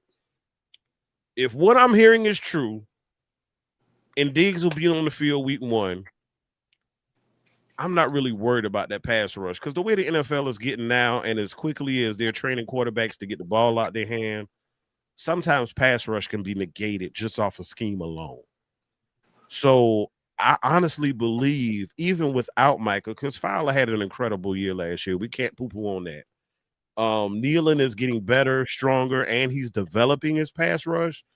I honestly believe we can get a couple of coverage sacks, if you will, just based on our guys potentially being able to mask your receivers up, even for a little while, to allow some time to get back. Yeah, I mean, for a while, they lost me with that whole, your guys. You know what receivers we have on our team? A.J. Brown and Devontae Smith. A.J. Brown, the best one-on-one receiver in the game in the last 4 years. Devontae Smith, the Slim Reaper, who always open too. Like, that's a tall task. And your boy Diggs is coming off of injury. You know what I'm saying? There were even questions that he was going to even start or not at her. You know, so I feel like this is what I'm saying. When I really talk to you guys about your team, it's more about the future of your team this year as opposed to this first game. Like maybe even the second game might be a little bit more interesting. I really feel like the last minute trade for Parsons, you know, even with a Clark, he's only 4 days in, 3 days in. He's not going to be freaking ready to roll, you know, come game 1. You know what I'm saying? This is more for the future of the Cowboys. The Eagles are locked in, my guy. Like, we have the best. Like, we might be the only team I've ever remembered. Like, we're pretty much the best at every position. There's really not too many positions that we're not the best. Like, we got the number 1 running back in the game. You know what I'm saying? He was just voted top 100 by his all players. Number 1. You know, I feel like we got the number 1 quarterback in the game. This arguably, you know, people say Burrows, people say Allen, people say Patty, people say, you know, Burrow, Lamar. But I think Jalen's the best. You know, he does what he has to do when he has to do it. You know, we got the best receiver duo. Some people might say Chase and Higgins, but I think Devontae and Smitty are better. You know, like these guys are just – we got the best offensive line. I know no one gets to really battle that. Like, even with a Becton going, Becton wasn't even a starter before last year. We just pulled him off of a team. It was like, hey, You don't want your first round pick. He sucks in your team. Bring him on our team. He's so big and physical. We're gonna make him a starting guard. He played tackle before he came over here. You know what I'm saying? We brought him over here. You're our starting guard. You're gonna be the best. He went off, got a big paycheck, whatever. So I'm not really worried about offensive line. Dowling University is like the best university to go to if you're an offensive lineman. Like, I don't know, man. I just got a little uneasy a little bit there. Like, I don't really feel like no one can stop AJ for real, like that. Like, not even Diggs. But I feel like Guantanamo Bay is a real thing because he went through a whole season, as a rookie and shut down all the top, even your boy Lamb, shut down all the top receivers all year long. And he's only going to get better this year, his second year, and Vic Fangio's defense. Plus, you got Cooper DeJean, which I don't know how Cooper DeJean gets more love. It's talked about way more than Quinyon Mitchell. You know what I'm saying? That's kind of weird to me. Kind of like don't understand that. Like, how does what I'm saying? Like, everybody talk about Cooper DeJean. You don't really hear too much about Quinyon. Quinyon put it down, and at the end of last year, he learned how to intercept the football. I think that's the biggest difference from making him, a good shutdown corner. You got to be able to take the ball away. And I think those first 15 games, he didn't have an interception. He didn't have an interception until playoffs. So it's like if he can incorporate that, which he's been doing in practice so far. And that's the thing with us. Did you guys have joint practices this year? Yeah, we did with the Rams. Rams. Were you guys able to see those ones though? Like, I didn't look at it, but were you guys able to watch any of those or whatnot? No, I didn't. I don't watch any of them. Yeah, I saw a handful of clips. Yeah. No, they were clips. They weren't like the actual practice itself. It was just like a clip here and there, but more so highlights than anything. Yeah. Because with that, like, you can see, but then you said like Diggs was even out then too. Wasn't he out most of that time too? Yeah, Diggs has been out since last year. Yeah. And that's the thing. We hadn't been able to put two things together, man. Like, as much as we've been wanting to see Bland and Diggs, it just really hadn't happened like that. One or the other was out, So I'll be interested to see that. I hate the fact that we lost J-Lou, but I think we'll be all right. Yeah. So let's go to the matchup, like we said. Now we're talking about running game. How do you guys take our linebackers? Because I think the Eagles, for a long time, we didn't have linebackers. You know what I'm saying? Like, that just, for some reason, we couldn't draft them. We couldn't get them. We always had these undersized guys that weren't doing the job. And now, all of a sudden, we got this big guy, Zach Bond. We can drafted Campbell, from Alabama. Jeremiah Trotter Jr. is playing great. You know what I'm saying? And then we have one more linebacker. Oh, Nakobe Dean, who's hurt. Should be back, after the first 4 weeks. Week 5, he should be back. So how do you guys feel about our linebacking core as a whole? But then even, like, have you guys seen anything about Campbell? How you like what Campbell's doing, and how do you think your run games will fare up against them? I think Campbell will do all right. I believe he'll get better as the season progresses. But let me ask you this. Is he healthy? Yeah. Okay. He has not missed a practice since we started off-season workouts. Everybody said that because even I remember our defense coordinator Vic Fangio in the very beginning of preseason or the off-season, he was like, "Yeah, we don't know. We're not going to get Nakobe for a while, but we might not even get Campbell for a while." That's why Jeremiah Trotter had a lot of the snaps. But since preseason game 1, he's been out there terrorizing people. He's given 3 of our players so far concussions. Dallas got a concussion from him. The fullback we got, Bam Bam Surran, got a concussion. The fullback got a concussion from him. We've been getting mad at him, telling him he needs to ease up on our players. That's how much of a beast he's been this offseason. Plus, in the preseason games, he's been getting sacks and pressures like none other. They say he could be like the next Micah Parsons. I don't know. I'm not one to throw names out. Like, for me, rookies got to go prove it. You got to go out there and prove it first. You know what I'm saying? Yeah. Hey, like my boy Ball said, hey, show me, man. You gotta go show me. But the dude's a beast, and he comes from Alabama. He's a beast, Georgia, Alabama. Well, that's all we got on our football team, man. We went out and got Mechie on our team. We went out and dropped Baker on our team. We got like 11 Bama players and 11 Georgia Bulldog players, which is smart if you're a GM. That's what you should have did because they're the best two teams in college football. Howie got it tight. All right. But the thing is, we begged Howie for years. For years, he would not draft an SEC player. He was just not down with the hype. He was like, nah, just because they're hyped up. Because I don't know what he really thought, but he was not down with drafting none. We went draft until Devontae Smith is when we changed everything. Until Devontae Smith, when we changed everything. We got Devontae Smith in that first round, that changed everything.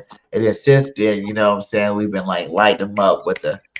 And if you see now, he became the best GM in football. You know what I'm saying? Like, it wasn't rocket science.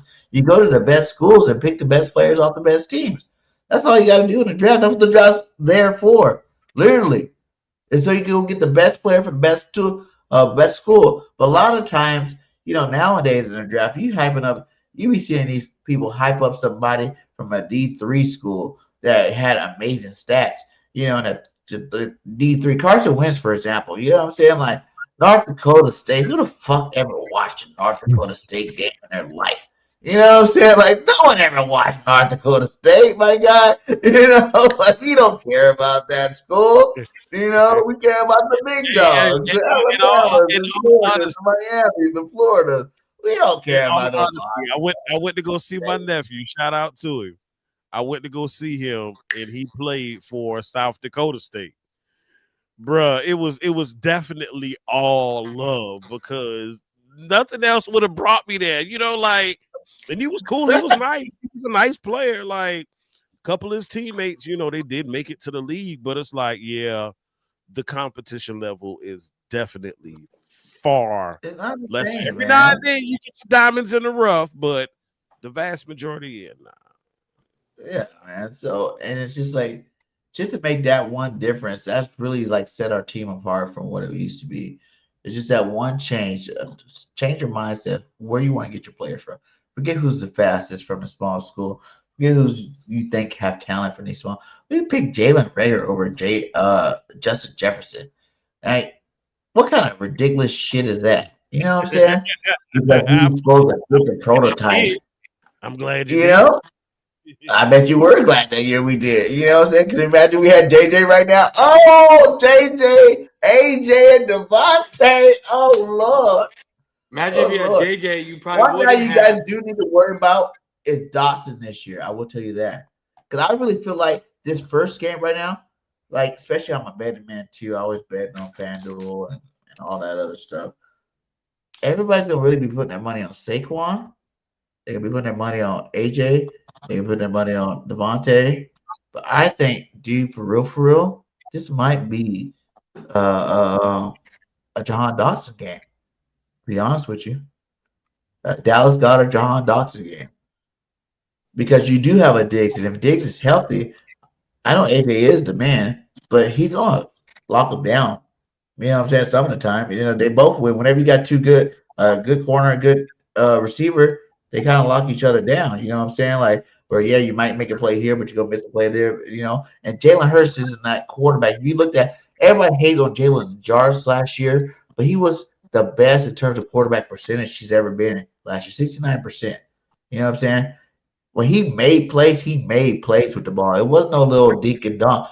The thing is, he didn't throw that much, but when he did throw, they were dots and dimes, you know what I'm saying, for like good yards and stuff like that. So I really feel like this year, Jahan Dotson, it took till Jalen was out those last 3 games of the season when Tanner McGee came in, and he had 300 yards passing or something like that. And Jahan was his number one guy. Kenny Pickett came in. Jahan's number one guy, you know what I'm saying? It took to Jalen to see that he could actually be that guy. And they worked this offseason together. And now they're locked in together. And I think from that point on, you see them that first playoff game last year in Green Bay. Boom, touchdown, Jahan Dotson. You see the Super Bowl, which should have been a touchdown, Jahan Dotson. He was down at the 1 yard line. You know what I'm saying? And I think they carried that over to this year. And I think if you're a betting man, I will put some money like Jahan Dotson having a good game this year. Because who is you guys' third cornerback? I really don't know how they. I think it's gonna be Elam. Yeah, I think it's gonna be Elam, and if it's Elam, we'll be all right. I'm now. I do believe, for the same reasons that I said, Turpin and Flournoy may get off, and Fergie is the same reason I believe you may be right as far as Dotson is concerned. Yeah, I really do. I think both teams gonna be focused on the key players so much, the stars so much. It's gonna be them unsung heroes who are gonna make this game. Yeah, definitely. Like you said, Turpin's the guy I watch out for. I really think he's gonna make an impact in the special team. There's one weakness about it. The special team is somewhere where you can make a big impact, and I think Turpin can definitely. I'm gonna say this before I gotta go, especially since you brought up the special teams. Watch for Turpin. I think he's gonna be the X factor of, when we do get those punts, to get the Eagles a punt to flip that side of the ball for the field for us, to get us in a better field position to get that score. Because I mean, look, it is what it is. Cowboys have trouble scoring once they get inside the 20. No matter who the coach is, no matter who the quarterback is, it's been like that for years. But I think, watch for Turpin to either get a touchdown this year, either the kick return or a punt return. But he's going to be a big X factor for that special teams to help the offense have a better field position when we do get those punts. So, before we get out of here, boys, life. You what? Give me 3 hot takes and your score prediction before we get out of here. Hot takes. Kenny Clark is going to help the Dallas Cowboys stop that run game and have Saquon under 110 this game. Watch for watch for Pickens to be the X factor in this game right here, as far as on the opposite side of the ball. Even though he is new to the Cowboys, I think Eagles know what CeeDee Lamb is like, and how well he can be, how well he plays. And I know they've all seen George Pickens, but I think watch Pickens. You can't double both of them, right? You can't cover both of them. Watch Pickens to have, I don't know, about 95 plus yards this year with this game with a touchdown. And I'm going to give the Cowboys the win 34-31. Oh, my God. That was horrible. That's the most horrible thing I've heard. We're going to be in a shootout, in my opinion. I mean, we haven't seen this defense without Parsons, right, this year. We haven't seen any of our starters this year on the defense side of the ball. But I think Kenny Pickens is going to – or Kenny Clark, not Pickens. Kenny Clark is going to help this team on the run, on the offense. I mean, stopping the run, which will make Jalen Hurts throw the ball a lot more or take off for runs. I think Jalen Hurts is going to have about 50, 60 yards in rushing when he runs the ball, and he's got to take off the run. So, but that's all I got. I got to get ready for work in the morning. So y'all have a good one. Hey, thanks for coming out of retirement for me, my guy. You always get in the clutch. If you want to come back out, that we're still waiting for you, my guy. Get back out there and make the videos. Yes, sir. All right, y'all have a good one. Later. Hold it down, man. Take care. Yes, sir. You too. Bye. Big Simple, I know you did not just come in here talking smack, talking about Cowboys winning 30-27, and you're a Commanders fan. Come on, my guy. Come on. I think it's gonna be a lot closer than what people think, man. I really do. It has the potential to be a lot closer. The newness, the freshness. I'm anxious to see how Patullo steps into this new role too. I'm curious to see, because we know who Kellen Moore is, and he was in essence made to lie down in green pastures and hand that damn ball off to Saquon last year. But I'm curious to see how he does transitioning, into his new role. I'm curious to know what the game flow looks like. It's a lot I'm gonna be looking for.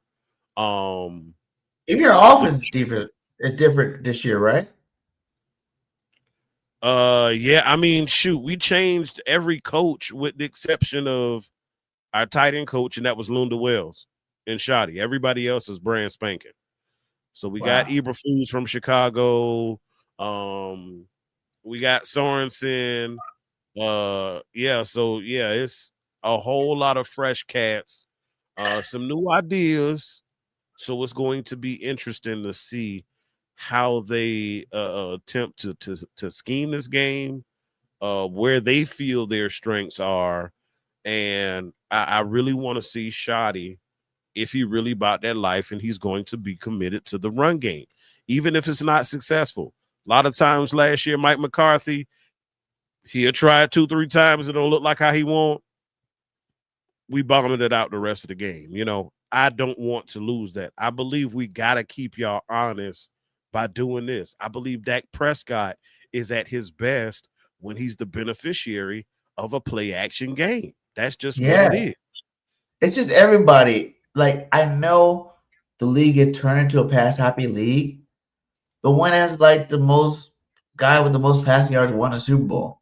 Like, it's not a winning formula just because it's more exciting for the fans. That's why you think the Eagles been so dominant recently. We run the football. Even in the beginning of the season, we start passing too much. What the fans do? Run the ball, and they stop and they run the football. You got to run the football no matter what. And I really feel like you give these guys, Booby Miles, you give what's the other guy you guys that got over there, Williams or whatever. You give these guys rock, man, with some open lanes. They can make some things happen, man. I've seen Booby have the most, rushing yards, 70+ yards in the season before Saquon just destroyed that. I've seen him do it on our team, and I think that's another thing that people need to watch out for, because he already said that every game against the Eagles is personal. We didn't want to pay him. He's mad about it. His career, he went and got paid somewhere else, but his career went down the tube. Now he's with the Cowboys for a reason. He want to come back and show the Eagle what time it is. And I can't blame him. If I was about to say the same thing. You know what I'm saying? Like, you didn't want to pay me, watch what I do to you. And I don't remember exactly which running back it was. But I remember there was also this running back that it didn't matter. Whenever they played a certain team was when they went off. I think that might be a thing with Booby. I'm not saying he's going to be your star throughout the season. I think when he sees that green on the other side of the field, that's going to make him do his thing. I do got him a couple parlays, hoping that Booby does have a decent game. Hey, man, get that bread, man. Get that bread. You know what I'm saying? So it's just one of the things where it's just like, logically speaking, you look at the teams, you think the Eagles should blow them out. And I really think that this is going to be maybe not a complete blowout. I think Eagles always start out the first game of the season all right until like halftime. That's when they kind of like pull away. You know what I'm saying? Like, if you look at the Green Bay last year, it wasn't no straight blowout, in Brazil. That was a tough fought game, what I'm saying, that we had to win out there. So it's just like, I don't really feel like, even with the loss of Micah Parsons, because Micah never really did nothing against us anyway. Like, even when he was there, like, he had like 1-2 sacks on Lane ever. Like, Lane really hasn't gave up a real sack, in 4 years now. So it's like, he did a little, but he didn't really do much. You know what I'm saying? I think it is a different dynamic having a guy like Clark that actually can stop a problem. You know what I'm saying? Like, when we drafted Jordan Davis, he stopped the problem for us. There's a run game up the field. It's not happening. The thing with Micah is a lot of his contributions don't necessarily show up on the stat sheet. Because at the end of the day, you still got to account for him. You still got to slide to him. You still may need to chip him. So you have to allocate resources to that young man. So even though he might not necessarily show up on the play sheet, it just makes everybody's job a little easier. The same way it's to me, it's apples to With oranges. Jalen Carter, 'cause I'm a huge Eagle fan, right? But I'm not so 100% like everybody else is with Jalen Carter. I love Jalen, but I want to see some numbers. Goddamn it, you know what I'm saying? Like I want to see some sacks. If you this guy that you supposed to be, Aaron Donald says you're the next him. You say you're the next Aaron Donald. Well, what does Aaron Donald do? He gets sacks. You know what I'm saying? So if you didn't compare him to him, I probably would be like, damn, he's an awesome defensive tackle. I love it. You know what I'm saying? Because I never really cared that flex so you get the sack like that. This is what, year 3 for him? Yeah. I want to see the complete his own. Yeah, he should be. I want to see the complete package this year. Because honestly and truthfully, it's not. It's only a handful minus a couple of D tackles that come in the league and make an impact instantly. You know what I'm saying? Yeah. It's one of those you got to grow into. You got to get your grown man strength on. You know what I'm saying? It takes a lot to be able to learn and understand the nuances, from the collegiate level to the NFL level. How guys have gotten so much better from that jump with their handwork. They're stronger. People are faster. You thought you was faster than everybody you lined up against in college, but guess what? Everybody else you line up against now pretty much has the same speed. So it's like you don't have the clear-cut advantage that you thought you once did. So now it's up to you to sharpen those tools and work on your craft to where you can get some separation and be better than the competition. That's what he's going to have to do to be successful. That's what we've been preaching for with Mozzie Smith. He's showing improvement. Hey, dude, I need you to be more consistent. I need your motor to be high till it cut off. You know what I'm saying? I don't need you taking plays off. Be consistent. Clark, I also believe, will help the development of Mozzie. It takes the pressure off. It spells him in the endurance aspect, because Mozzie would start out the game okay, and then as he gets worn down over the course of the game, now you gassed. Whereas if you got Clark taking the brunt of maybe the first half, and then you got a fresh Mozzie coming in, that could potentially be not necessarily a difference maker, but it could be an influence, Players play better when they have better talent around them. You know what I'm saying? Like, that's just in general. Like players, look at that. Jalen Carter got a lot of people paid last year. You know what I'm saying? He got plenty paid more money. He got Milk paid more money.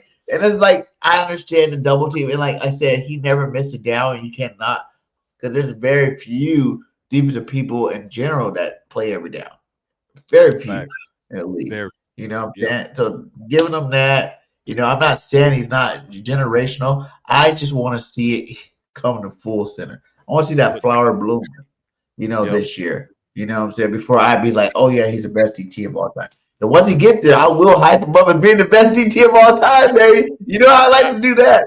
I like to do that. Jalen is the best. Saquon is the best. AJ's the best. But I want to see him hit that road. And that's why. But I really said it. Like, another thing is, like, this year you might even see the rise of Jordan Davis. Like I said, like that's my biggest like sneak player going into this season. I don't think everybody's given enough appreciation to. But I think he worked hard for 4 years now. I think you're about to see the real Jordan Davis. Like with the real Jordan Davis, please stand up. He's about to stand up right now. And this is going to be his season where you see him get – I'm predicting at least 6 sacks. You know what I'm saying? 6 to 8 sacks throughout the regular season to really make his presence felt, because you can't be that big and that fast and that athletic, and not be a disruptive force, Ever since a rookie, he's been stopping the run, like that part of his game. You hear the Eagles fan all the time talk about, we didn't draft the first round just to stop the run. I'm like, yes, we did actually. That's exactly why we drafted him. When we drafted him, because we couldn't stop the run. You know what I'm saying? Like, that was the reason we picked this guy up. And for you guys to expect him to do more, you remember the first year we drafted him, right? We were top 5 in run stopping defense, right? And then he got hurt. What happened to our team? And straight down that tube. People were just running the ball all left and right on us. We went out and got Dominican Stu. We went out and got Linval Joseph. We went out and got all these veteran guys to try to plug a hole that was left by him. That's big praise to me when you got to go get 2 Pro Bowler type caliber guys to try to help fill the role. And they couldn't even stop the run the same way. Dominican Sue, And Limbaugh didn't do as good as a job as Jordan Davis does when he's in the game. When he's in the game, we are top 5 every time. Like, you know what I'm saying? You don't have to worry about people talk about his endurance, his stamina, whatnot. I tell them, like, it's kind of like Jalen Hurts. You need him when you need him. He's there. You know what I'm saying? We play all these pass-happy teams. You might not see Jordan Davis play but 30% of the snaps. You know what I'm saying? Because we play a pass-happy team. What do you need to be in there for? He's not a pass rusher. But when we play like the Ravens, when we play like guys to have dominating run games, he's playing over 50% of the snaps of those games.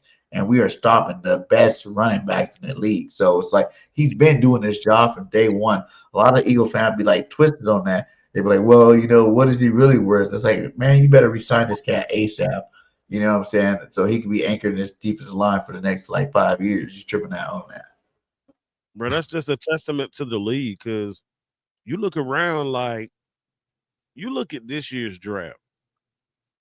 Teams that had a decent back were still drafting backs, which is why I don't know why we really waited as long as we did. But hey, I digress. Have you heard anything about Blue? Because I wanted to draft Blue too on the Eagles this year. How Blue doing over there? I think Blue is good. We did see him in the last preseason game. He showed some flash. But as far as depth chart, they got him behind. He's behind Javonte and behind Miles. So they may use him sparingly. He's also back up to Turp as far as special teams return guy as well. So he might see some action there if they kind of want to maybe preserve. And since you guys don't really have a star, like bona fide, like number 1 RB, he got a chance just as much as the other 2 guys to be the man this year. You know what I'm saying? Honestly, I don't have a preference, but at the end of the day, I want Shoddy to feed whoever is hot. So that's what he likes to do. Shoddy likes to run. He likes to run that ball. That's what he likes to do. He likes to run that football. Honestly, that's what we've missed the last couple years. Like, yeah.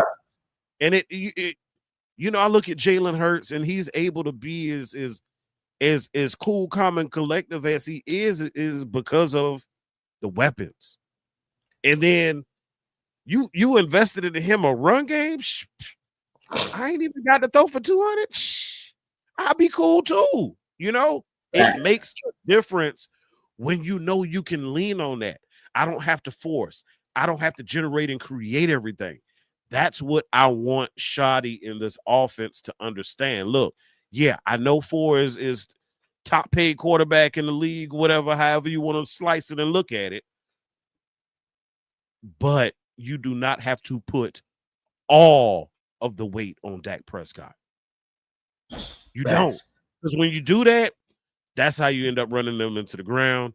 That's how you end up having him forcing and making mistakes, turning the ball over. And then after Dak turn it over like 2 or 3 times, then he get in his head, and he's pretty much garbage for the rest of the game. You got. I like to call him Tony Romo 2.0. Until now, when they're rolling, they're great. But it's like when they off their game, they can be horrible. They off. It's like they don't really in between. It's like he's either great or not. And I'm like, man, come on. Right? But he can be that was Dak. People don't realize, dude, Dak was another quarterback I wanted on the Eagles. When we drafted Carson Wentz, I want us not to draft Carson and wait and grab Dak, the next round or 2. And it didn't happen that way. We ended up with Carson Wentz. But I'm saying, like, Dak is guy. But I'm just like, I just get the Tony Romo vibes from him. Like regular season all day. But when it comes to crunch time, visions on the line, first, second round of playoffs, it's like, man, he just turns to a whole other cat. It's because in the games we lost, it's because we forgot about this. We forgot how to do it, And it's like then you put all that weight on him. He get in his head. He get to having that deer in headlights look, sitting at the end of the bench by himself. And then it's like, it's only gets worse from here. But the run and it's not really his fault, I don't think. I just think that's just the way of the league. Like we were talking about earlier, everybody wants to pass. Like I feel like offensive coordinators. The league is transitioning. That's why you want to successful is because you invested ahead of time what was going to negate a lot of these offenses. Yeah, I know a lot of people for a long time said it's a passing league, but pay attention. It is slowly reverting back to investing in the run game. People forgot about it. But I feel like it never left. Because even when the Chiefs won those Super Bowls, you got to realize Pacheco had great years that year. Those years, Hunt had good years with him. You know what I'm saying? When you look at the Bills, you know, when the Bills get the farthest, Cooks had great years. You know, the Ravens, obviously, Derrick Henry, you know, Lamar Jackson running all over the place. Last year, in general, the top 3 backs, their teams all went to the playoffs. You know what I'm saying? Like it was rare, though. It was only a couple teams doing it. Like, you had teams who would have success, like us, during the regular season with the pass. Then you get to the playoffs, it get cold, and now you can't muster up drives because you don't have a commitment to the run game. The teams who have been successful, even if they didn't have crazy, gaudy rushing yards, just having that commitment and being balanced is what helped those quarterbacks, what kept those defenses on their heels, not just being able to tee off. Because people don't realize the run sets up the pass. You know, I feel like for a long time they try to make the pass set up the run. It don't really work that way. The run sets up the pass every time. You got to run a game, you got to pass the game. There's very few running teams that can run the ball really good that can't pass the football, unless they have crappy ass receivers. You know what I'm saying? Or QB. Or a horrible quarterback that can't throw the football. Right. But most times, if you got a good quarterback, good receivers, you run that football first, you definitely gonna have a nice offense moving forward. Because it's always been that way. Times never change. It's always the same. No matter what the NFL wants to go to, no matter what, there's always gonna be the running back. You know what I'm saying? The running back is a position you can never leave out of your offense. Whenever we tried to do that, that's what happened to us after the first Super Bowl. We tried to eliminate the running back and try to throw the ball 50, 60 times a game. And we look like trash. Who the hell is going to throw the football 50 times a game? From picks to just 3 and outs, all that stuff is just putting too much wear and tear on your defense. You got to run the ball. Let your defense get healthy. Let your defensive coordinators scheme up new defenses to stop these offenses. And until you do that, you're going to lose. You're going to be like the Bengals, right? Have the best passing game in the NFL and suck. Make that make sense. You know what I'm saying? Like, you're the best passer. You got the number 1 quarterback, 5,000 yards, and you trash. You know? Because all you're doing is passing the ball. You put your defense in harmful ways. You know, even if you throw it down 2 seconds and your defense is back on the field again, you never, ever control the clock. You know, clock management is really big in the NFL. You get it down, man.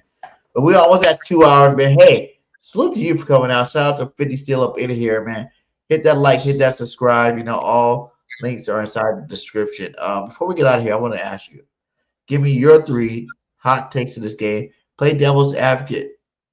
If the Eagles win, it's going to be because why? And what does it take for the Cowboys to win? And then give me a score prediction.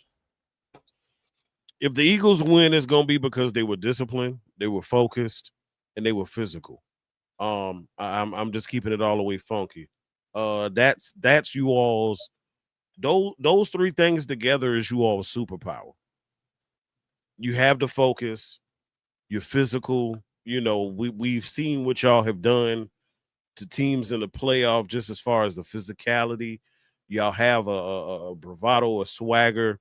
Honestly, I'm envious of, because in a lot of instances, things in Dallas can be corporate. It can have heavy political influence, if you will, and in some instances, man, too, it just, you know, they promote where they put the dollar, you know. So I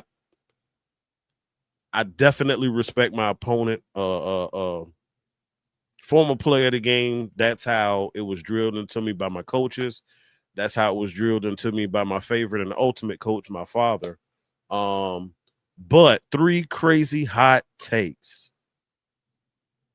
And I done heard some of y'all's too, so I got some funky ones myself. Yeah. First one. Boys bash Barkley. Okay? That's the crazy one. We completely bottle him up under 100 yards. Second one.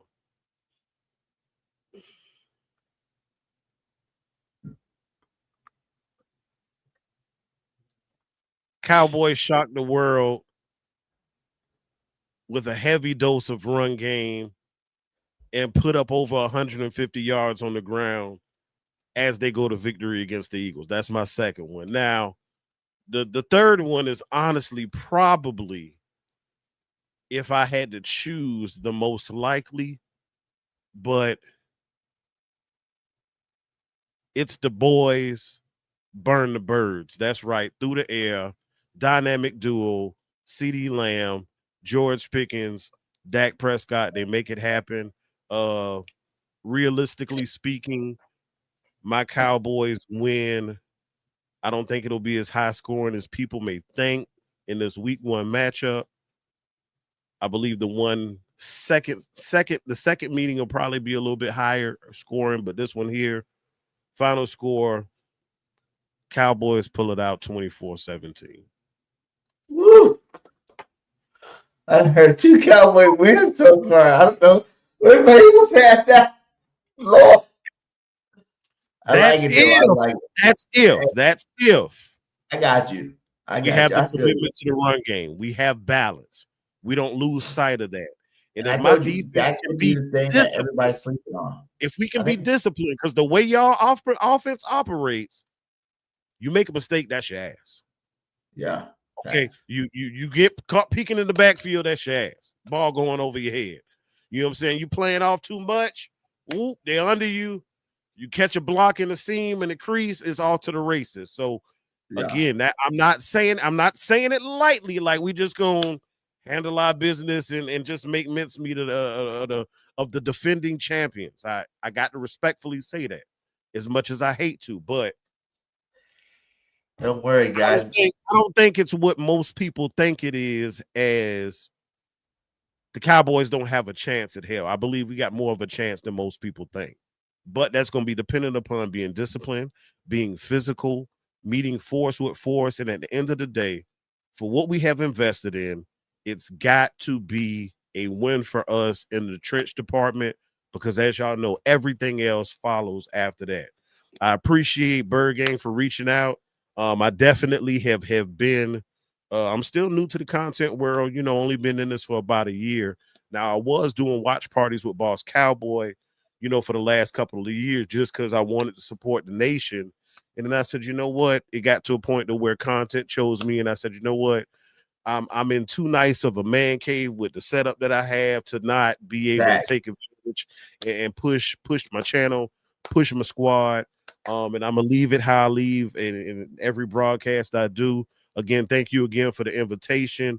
This is definitely not going to be the last time that we work together. But ladies and gentlemen, y'all know what it is. It is Mr. Always Making Plays. Good, better, best. Never let it rest until your good becomes your better and your better becomes your best. Until next time, y'all be blessed. Hey, peace out, my guy. Oh, you got the smoke. You got the smoke. I want it all. I love it. I love it. Yeah, definitely got to get some work in. And like I said, I am looking to revamp up the network, my guy. We need some Cowboy creators. I got some Washington creators coming. If you ever looking for something to help me out, man, Boy for Life was one of my, Cowboys creators on the network, but he retired when he had a baby. So, I know how that be.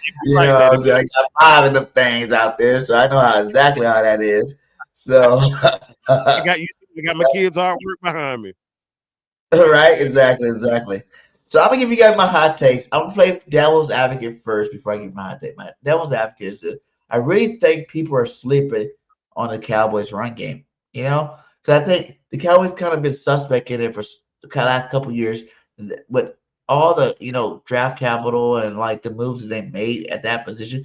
It could possibly come back this year. You went out, you got a Javonte Williams, right, from Denver, who played some nice football. You know what I'm saying, over there in Denver, in my house city. But then you got like I said, Boobie Miles, and then you dropped the guy at Blue. I think this first game, I can't speak for the Cowboys go out the season. For this first game, I think people might be sleeping on it a little bit. They worried about CD, they're worried about Pickens. They think that's the only shot you guys have to win. And I feel like devil's advocate, if this is a close game or if you guys were to upset us, which I don't have an inkling thinking it's going to happen. But if it was, because like you said, the run game goes crazy, and I think Booby's that type of back. People. I made a video about this. I don't know if you guys see. I made a video about this Miles Sanders guy, like probably like 3 weeks ago. It was my whole like it had him half of it Dallas jersey, half Eagle jersey, and it was just that one thing. Like he's taking everything personally, and I don't know, being a running back myself, you know what I'm saying. If you trade, you don't pay me. You don't give me what I need. Angry boy. You let me go, my guy. I'm coming back for you. I might not play good the whole damn season, but against you, I'm about to show up and I'm about to show out. Coach, you might not want to start me, but guess what? By the second quarter, you're going to finish me off because I'll be running all up their ass. You know what I'm saying? I really feel like you got to watch out for that because I remember seeing a Deshaun Jackson come back to Philadelphia, light us up. You know what I'm saying? I remember seeing a Donovan McNabb light us up. I remember seeing players leave and come back and light us up. And I think that he could definitely be the next Deshaun Jackson in terms of like, he might not be the best running back throughout the year, but against Philadelphia is personal. And he can definitely light us up. So that's my devil's advocate for you guys. That's one to make you Cowboy fans feel good about it. Hey, you guys got a shot. If that happens, I don't think it's really going to happen.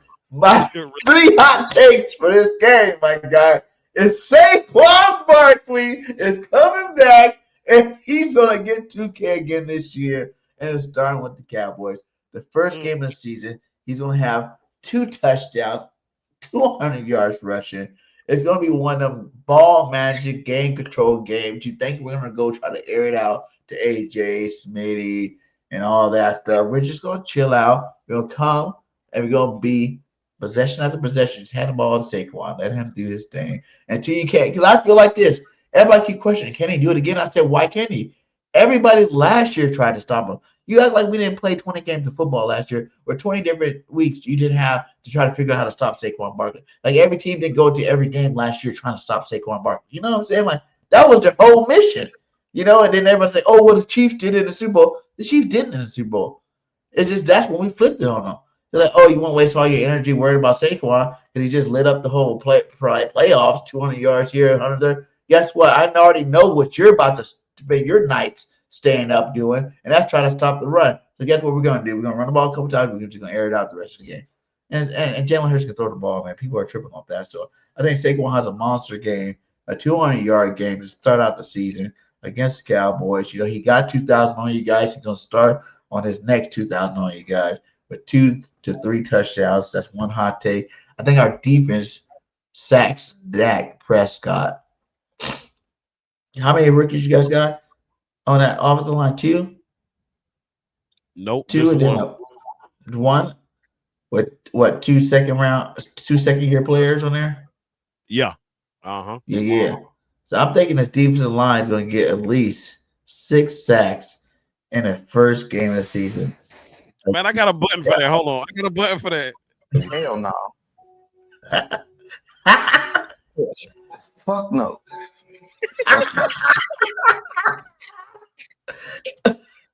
It's going to happen. 6.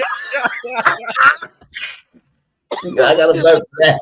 Hell no. Here we go. I'm telling you, Jalen Carter, Noah Smith, Jalen's son, and my boy, Jahad Campbell from Alabama finally gets to hit somebody besides his own team and give them concussions. He's going to be out there doing the damn thing. If that happens, we got way bigger problems than we thought we did. No, you don't, though. Like, I want the Cowboy Nation to understand one thing.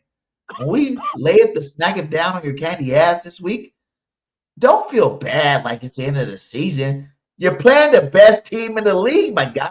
We're the number 1.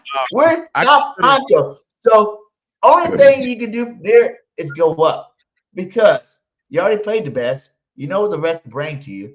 Now you can take that game tape and worry about how you get better from there on out.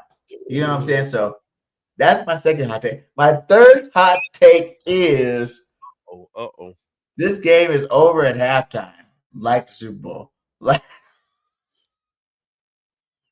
this shit is not gonna be close. It's not gonna be It's gonna be over with at half.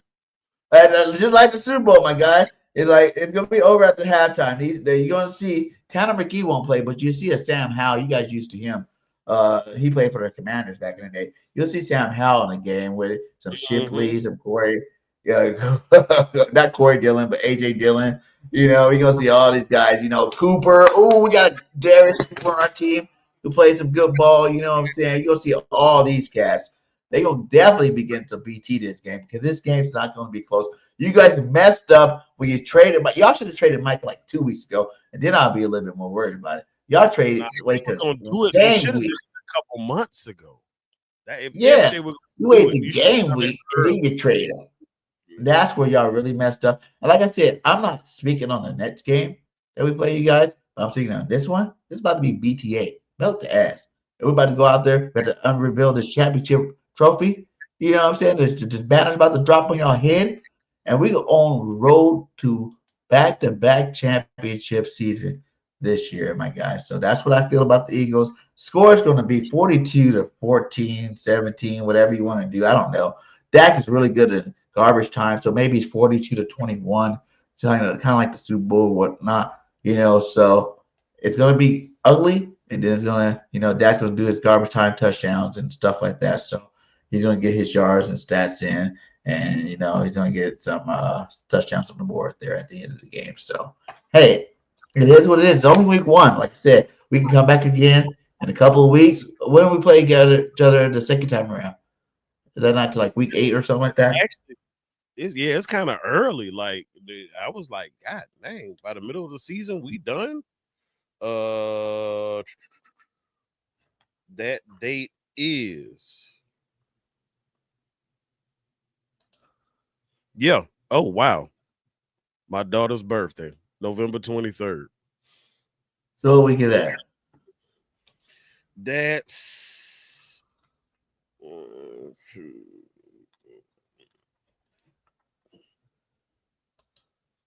like week 13? No? Oh, nah. It might be a little. I think that's like week 11, week 12. 11, yeah. All right, then, yeah. See, so by then, that's gonna be a whole nother story. We already know both of our teams right then, but right now, the confidence is high, baby. We are Eagles Nation. We're gonna do what we do, and it's gonna be great. I love it, man. Hey, man, but salute to you, my guy. You know, thanks again. Like I said, the network's always open to you, my guy. If you ever want to collab one-on-one, let me know. I want to get a, you know, I'm starting to see all these NFC East, you know, roundtables going out, you know what I'm saying, every week. And I got some other guys that are giant and stuff. You know, we need to get something going, my guy. Let's keep it going. You know, I'm going to be working some content this year. Fans, I'm back. You know, this is actually the first show I feel like it really told me I need to be back. You know what I'm saying? Because I love this truth. I love JC. He's my brother from another mother. But I need to come back with some more single content this year. And I'm definitely going to come hard this year that the season's going on. And we're going to do our damn thing, man. So, like I always say at the end of my videos, fly, Eagles, fly. And we out. I'm going to leave you on another Cowboys clip.